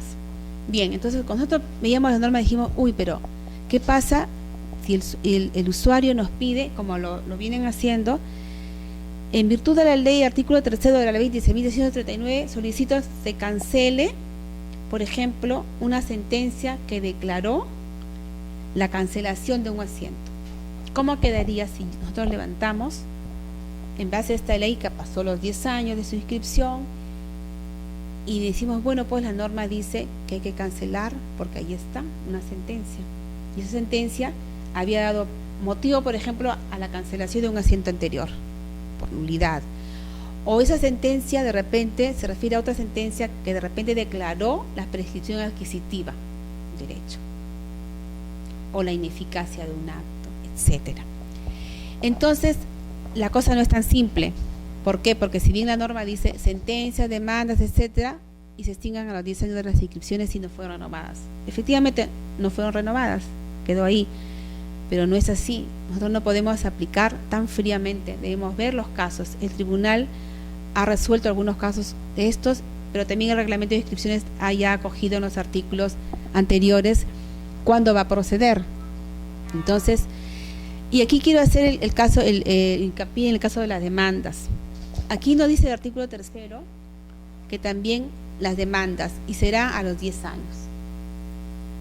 Y también nos preguntábamos nosotros, ¿cómo es que si la demanda es una medida cautelar, ¿no?, porque son medidas cautelares previstas en el artículo 625 del Código Procesal Civil, igual que los embargos, medidas innovativas y no innovar, Entonces decimos, ¿cómo es que una demanda que se supone que debe ser a los 5 años o a los 2 años, acá en el artículo 3 nos dice que son 10 años? Haciendo el análisis, bueno, decimos, por algo es que el legislador lo ha sacado del rubro de los 5 años y lo ha metido en el artículo 3 y nos dice que debe ser 10 años. Entonces, todas las demandas caducarían a los 10 años. Los embargos nos quedamos con la clase pasada, embargos y otras medidas cautelares, pero estas de acá, que son específicamente demandas, el legislador lo ha sacado y lo ha puesto acá en el artículo 3, al igual que las sentencias, y nos dice que son a los 10 años, si no fuesen renovadas. Entonces, claro, porque se supone que una demanda es una medida cautelar y debía estar prevista en los 2 artículos primeros. Sin embargo, por algún motivo lo ha sacado y prefiere que sea a los 10 años. Entonces nosotros nos hemos quedado con los 10 años porque es expreso acá, lo ha sacado como algo especial. Entonces tenemos que las sentencias, todo lo que dice, demandas, 10 años si no fuesen renovadas. Ya, pero acá, ¿qué sucede? Sucede también que no puede ser tan simple. El artículo 122 y 123, el 123, por ejemplo, ¿qué nos dice? Que hay sentencias que no están sujetas al plazo de caducidad. Miren cómo acá va saliendo la excepción, ¿no? Vamos viendo cómo es que no se puede aplicar a todos los casos. Y habíamos dicho que si es una sentencia, por ejemplo, que ha constituido derechos y que tenga la calidad de cosa juzgada, esa sentencia obviamente no va a poder ser levantada en virtud de esta ley, no va a poder ser cancelada solo porque el usuario nos pide y nos dice, miren, ya pasó los 10 años, no ha sido renovada y por tanto cancelen. No, ¿por qué? Porque ha constituido derechos. Entonces, el artículo 123 del reglamento de inscripciones está siendo preciso. Dice, no están comprendidos entre las sentencias y resoluciones a que se refiere el artículo 3 que ya hemos visto de la ley 26.639, aquellas sentencias y autos que declaran o constituyen derechos que tengan la calidad de cosa juzgada.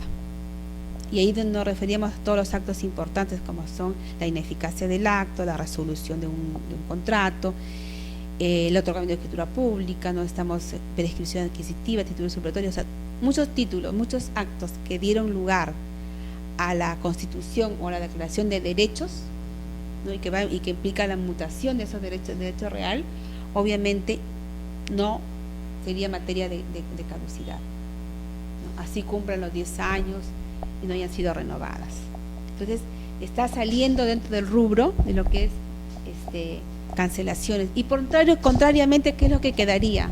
Quedaría aquellos que no constituyen derechos. Si tenemos resoluciones, que hay muchas inscritas, pero que no constituyen, no declaran derechos, sí serían materia de levantamiento. Pero aquellos, como las que he indicado, por razones obvias, no podría levantarse por el plazo de caducidad. Ya, el artículo 122 también nos dice, se refiere a la caducidad de medidas de ejecución, anotaciones de demanda y medidas cautelares. Y nos dice que las medidas de ejecución, las anotaciones de demanda y demás medidas cautelares, donde se incluyen también las sentencias, y aquí el artículo es expreso, dice, sentencias o resoluciones que no tienen la calidad de cosa juzgada, se supone que deberían levantarse, porque hemos dicho que las que tienen la calidad de cosa juzgada y declaran derechos, no se levantan, no resulta aplicable. Contrariamente, diríamos que aquellas que no tienen la calidad de cosa juzgada y que no constituyen derechos se podrían levantar.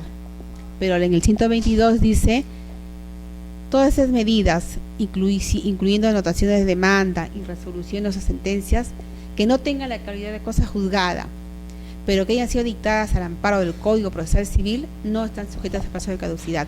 Es decir, todas aquellas que, igual con el Código Procesal Civil actual, fueron otorgadas, aunque no constituyan derechos y aunque no tenga la calidad de cosa juzgada, no son materia de levantamiento o de cancelación por haber sido otorgadas al amparo del Código Procesal Civil.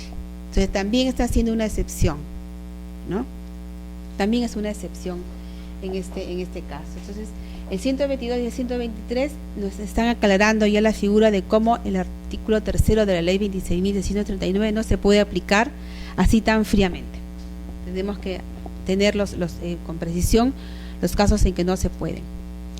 Y el 125 se está refiriendo a los casos de reactualización, una sentencia, una resolución, todos estos casos de la ley, del artículo 3 de esta ley, dice que sí pueden ser, digamos, reactualizadas, pero siempre en base a un mandato judicial expreso, ¿ya?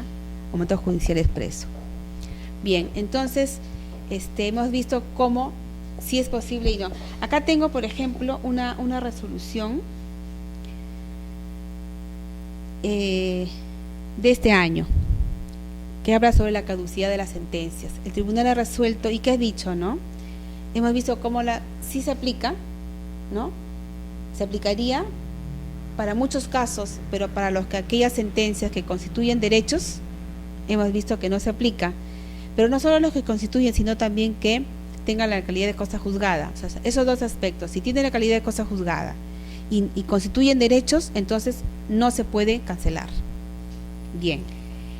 Esta resolución también nos dice eso, ¿no? Dice, procede cancelar por caducidad los asientos donde constan registradas las sentencias que teniendo la calidad de cosa juzgada, o sea, sí tiene la calidad de cosa juzgada, no sería posible, ¿no? Pero el tribunal nos dice que sí es posible que teniendo la calidad de cosa juzgada no declare, constituyan ni determinen la mutación de algún derecho real inscrito. ¿Esto qué quiere decir? Que tiene que ir de la mano los dos requisitos. Para que una sentencia, una resolución judicial, no sea levantada por caducidad, se requiere entonces que tenga la calidad de cosa juzgada y que declare o constituyan derechos. Esos dos requisitos. Porque ¿qué pasa si tiene la calidad de cosa juzgada, pero que no declara derechos? Entonces no está afectando nada. Se puede levantar. El tribunal ha dicho que sí es posible levantar, cancelar en estos casos, dice, aunque teniendo la calidad de cosa juzgada, no declaren ni constituyan ni determinen la mutación de algún derecho real inscrito. Entonces, aquí también va cambiando la figura. Hemos visto que para todos los casos sí sería procedente la caducidad, pero no va a ser procedente de acuerdo al artículo 123 del reglamento cuando tenga la calidad de cosa juzgada y cuando declaren o constituyan derechos. Contrariamente, diríamos que aquellos que no tienen la calidad de cosa juzgada y que no declaran ni constituyen derechos, sí es posible de levantamiento, de cancelación. Pero el tribunal ha dicho que en marzo de este año nos dice que sí es posible levantar, aunque tenga la calidad de cosa juzgada, sí es posible, pero siempre que no declaren ni constituyan derechos. Entonces tiene que ir de la mano esos requisitos. En este caso fue un caso donde efectivamente solicitaron el levantamiento de o la cancelación de una resolución que tenía la calidad de cosa juzgada. Pero hoy cosa juzgada no podemos, pero no tenía el otro requisito, no constituía ni declaraba ningún derecho. Entonces, como es así, ¿qué pasa? Sí resulta procedente la cancelación por caducidad de esta sentencia, ¿no? Otra resolución judicial también de este año, de septiembre de este año, dice así la sumilla, ¿no? Como el tribunal resuelve el caso y finalmente da una sumilla donde se condensa todo el contenido, ¿no? Dice, no toda resolución judicial es inscribible en el registro, puesto que constituyen, entre otros aspectos de la calificación de resoluciones judiciales, la verificación del carácter de inscribible del acto que se solicita inscribir y la adecuación del título con el antecedente, salvo que el juez reitere el mandato de inscripción. Este es un caso donde el juez viene parte judicial, solicita un determinado acto, entonces el registrador, por el 2011, estamos como amarrados, impedidos de calificar, hemos visto. Sin embargo, nos dice, pueden pedir aclaración. Y cuando nosotros pedimos la aclaración, ahí tenemos que calificar de acuerdo al acto. Por ejemplo, si es un embargo, hemos dicho que debe haber la compatibilidad. Una traducción de demanda igual, pero si es un otro acto que va a constituir un derecho, igual debe haber la compatibilidad. Si es una expresión adquisitiva y el demandado debe ser el titular anterior, obligatoriamente. Entonces debe haber el tracto. Entonces no puedo prescindir y decir, no, el juez me ordenó y lo inscribo. No, tengo que ver esas características. Por ejemplo, acá, en esta resolución, el tribunal había advertido que lo que pide el juez, lo que está pidiendo, no tenía carácter inscribible, porque a veces hay resoluciones que no se refieren a la constitución de un acto, sino, por ejemplo, a temas de obligaciones. Entonces, eso no es un tema que va a cambiar o va a mutar algún derecho real. Entonces, al registro no le es relevante. Entonces, el registrador sí estaría autorizado para verificar esa calidad de inscribible o no de la resolución judicial. Y podemos decir, pedimos la aclaración, pero cuando este acto no resulta relevante para el registro, por cuanto no constituye un derecho, no declara ningún derecho, no hay mutación real. El juez ya verá. También, por ejemplo, cuando no existe la adecuación, que era este caso, no había la adecuación del título de parte judicial con todos los antecedentes.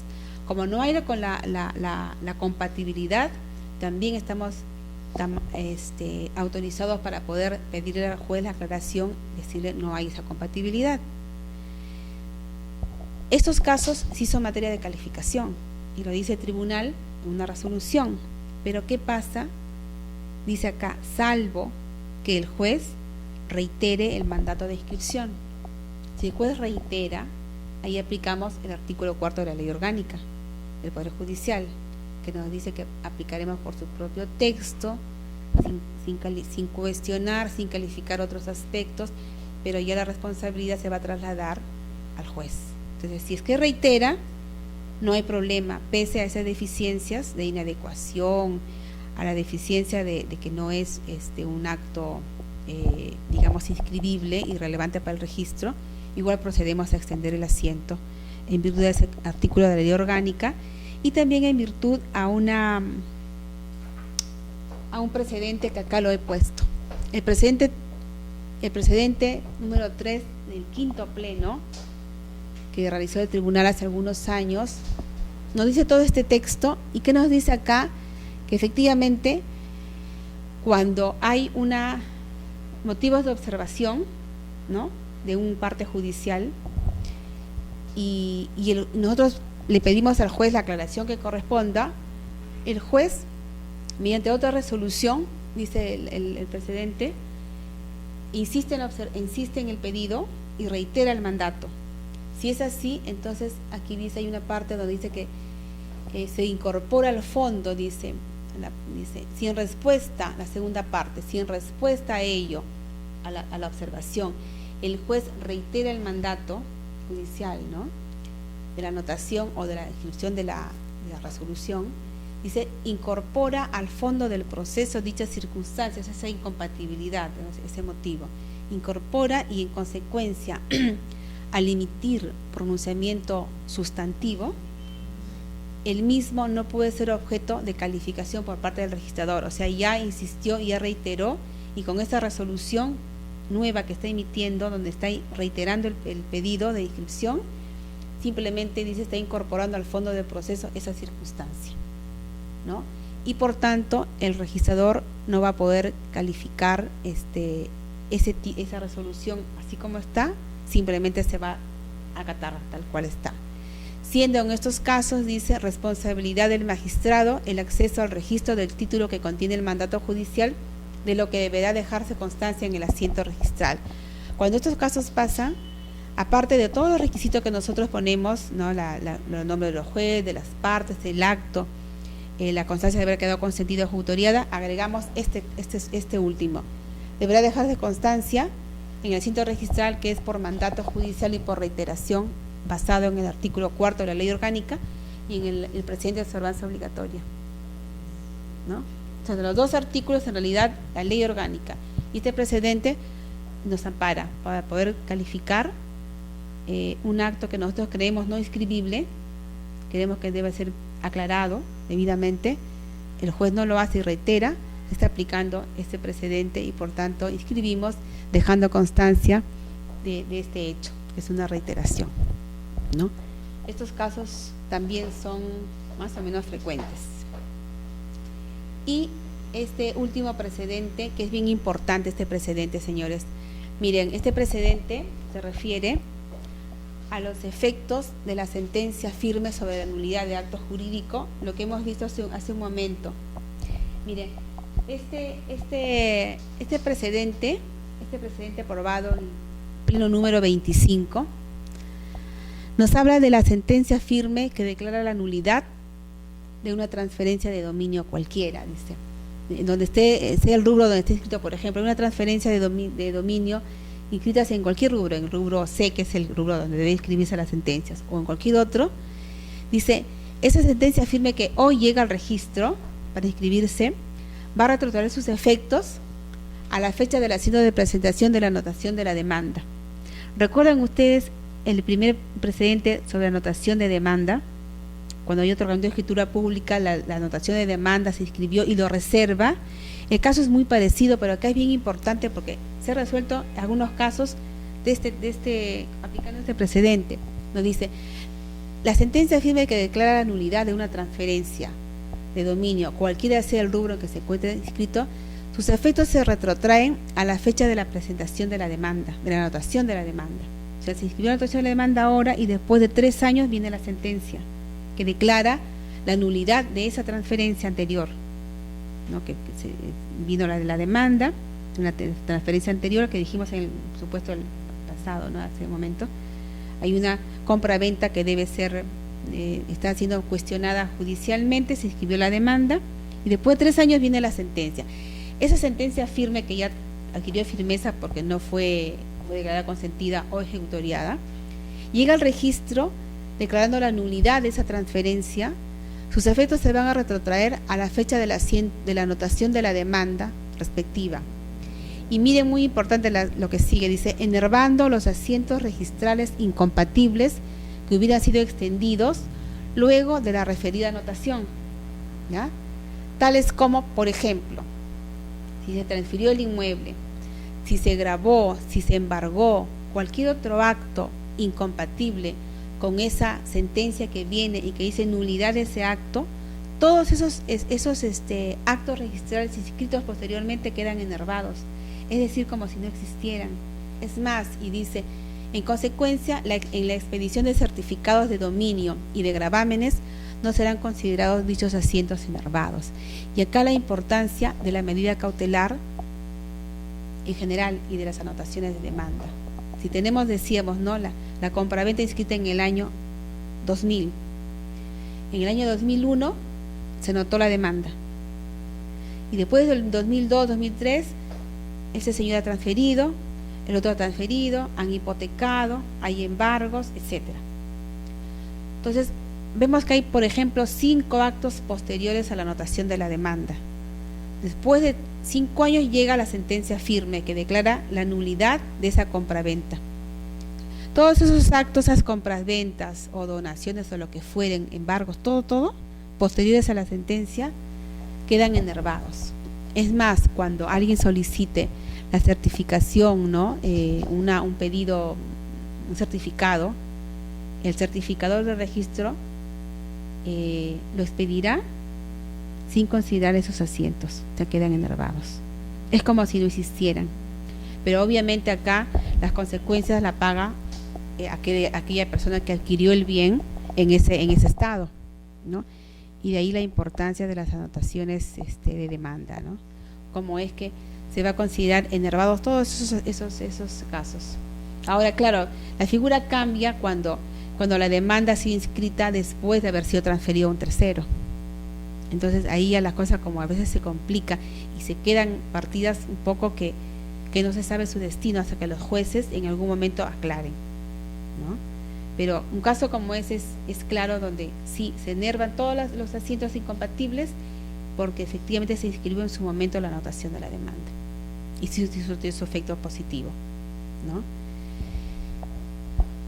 Bien, no sé si tienen alguna pregunta porque con esto terminaríamos. Pregunta adicional. El examen va a venir hacia de repente 1 o 2 casitos y alguna cosa de teoría. ¿Se ha entendido? ¿Se ha entendido? ¿Usted tiene alguna pregunta, señorita? ¿Has trabajado en registros? Sí, ¿no? Creo que te he visto por ahí, ¿o no? ¿Hace qué tiempo? Ah, ya estás en Villa Salvador. Ah, estás como en Retis. Ah, mira. Ya la saludos, Armando. Ya.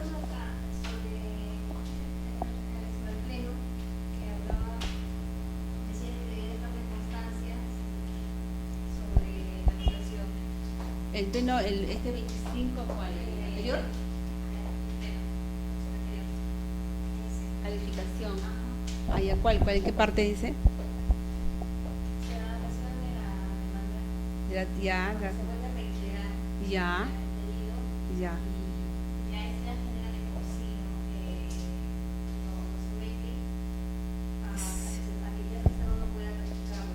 Claro, claro.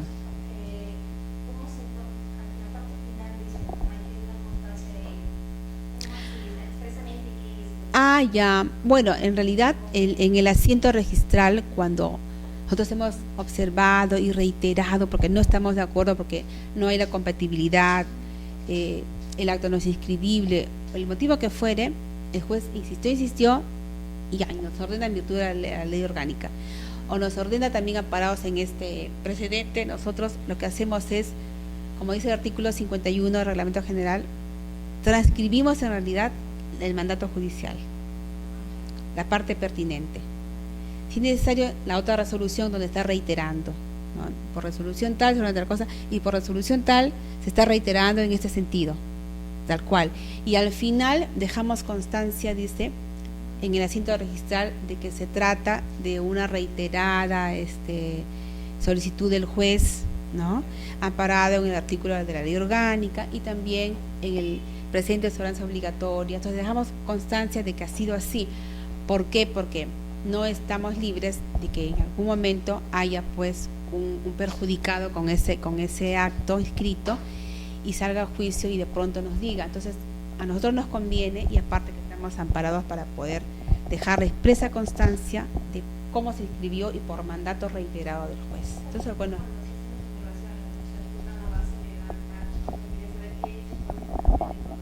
no, digamos, no hay un modelo exacto, pero aquí la idea es dejar en claro de que el juez ha reiterado el mandato judicial en aplicación del artículo 4 de la ley orgánica y en aplicación también del presente de observancia obligatoria, y con eso poco que nos cubrimos. Sí, se deja constancia. O sea, la idea es transcribirlo tal cual, al igual que hacemos con los laudos arbitrales. Ahí vienen los laudos, preferimos transcribir, porque con los laudos también se están obviamente constituyendo derechos, declarando derechos, ¿no? Entonces la idea es transcribirlo, porque la misma norma nos dice que es transcribir, la transcripción clara y precisa de lo que está ordenando, y con mayor razón si es un acto donde nosotros no estamos de acuerdo por algún motivo, pero el juez está reiterando. Entonces se supone que la evaluación ha sido integral y completa e idónea del juez, porque él ha tenido pruebas durante todo el proceso y ha concluido en algo. Y se supone que nosotros los registradores, como no hemos visto todo ese proceso, quien tendría la razón de haber concluido de esa manera es el juez, porque el juez ha visto todo el proceso, quien tendría en buena cuenta razón como lo ha hecho. Pero al no estar nosotros de acuerdo, nos amparamos en esta normativa, ¿no? Para poder escribir. Bueno, nos quedaríamos ahí entonces, porque ahí completo todo lo que son resoluciones y caducidades que ya hemos visto, también el tema de las medidas cautelares. Sí, pues se completó en realidad casi todo el panorama de que son medidas cautelares y resoluciones hemos visto. Sí. A ver.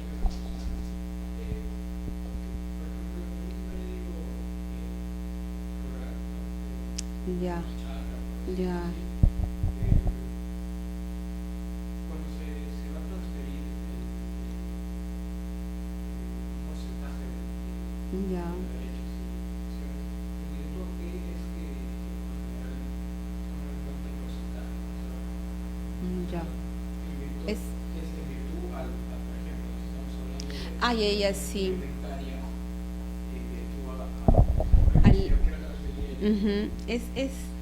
Ya más o menos lo entiendo. La normativa ha ido cambiando, que de repente lo debes saber tú. El artículo 96 de Reglamento de Inscripciones, actualmente el 96, anteriormente era otro, que todos los que son transferencias de porcentajes deberá referirse con relación al total del inmueble. Porque hemos tenido partidas registrales, y tenemos, partidas donde no había esa disposición expresa. Entonces viene la resolución judicial, la transferencia, y nos dice: Juan Pérez es propietario del 5% y está vendiendo el 2% de su 5%. Uy, ¿cuánto es el 5%? ¿Cuánto le queda? No sabemos, porque es una regla. Y así hay partidas donde están todas confundidas, que hay un montón de propietarios, donde cada quien adquirió un porcentaje del otro, y así, entonces hay que cuadrar bien, y en ese cuadre completo no se puede determinar con precisión. A veces les pedimos a los usuarios que ellos mismos lo elaboren, se junten los copropietarios y digan cuánto tiene realmente cada uno, para tener la claridad. Pues nosotros, si nos podemos a checar y a sacar números, se torna difícil, porque a veces por porcentajes tan pequeñitos podemos cerrar. La idea entonces para solucionar todo esto es que el artículo 96 actual ha establecido que cuando se produzcan transferencias de cualquier inmueble, sea rural, sea urbano, si es porcentajes, deberá efectuarse con relación al total del inmueble. Por ejemplo, si hay 5 copropietarios, cada quien tiene un porcentaje diferente que complete el 100%, uno de ellos, el que tiene por ejemplo un 7%, está vendiendo un 2%, no lo va a hacer el 2% con relación a su 7%, deberá hacerlo el 2% con relación al inmueble. Quiere decir que vende su 2% con relación al total del inmueble, quiere decir que le queda el 5%. Entonces yo ya sé con facilidad de que él vendió 2% y le queda su 5%, le queda un 5%. Y ahí cuadramos, claro, ingresa un nuevo copropietario con un 2% de todo el inmueble. O sea, cada quien sumando todos esos copropietarios, el 5%, el 2% y todo lo demás me debe dar el 100%, y ahí la figura cambia. Claro, por supuesto, es determinante, porque si yo soy propietaria del 80% de lo demás el 20%, entonces obviamente el inmueble, cuando llegue a la división, pues su porcentaje será para mí, ¿no? Mi mayor porcentaje. Y si se habla, por ejemplo, de estas propiedades, lo que es propiedad horizontal o régimen de propiedad exclusiva y propiedad común, que tiene un mayor porcentaje, también va a tener una mayor responsabilidad. O sea, depende, ¿no? A mayor área, las responsabilidades y los derechos y las obligaciones van variando. Tiene sus implicancias. Pero como digo, es ahorita el artículo 96, siempre con relación al total del inmueble. Y estos son casos donde aún a pesar de que la norma cambió según tiempo, sigue habiendo problemas. Miren, el 2% de tanto, no, le dijimos, tiene que hacerlo con relación al total del inmueble. Bueno, entonces nos quedamos ahí, ¿ya? Quedamos.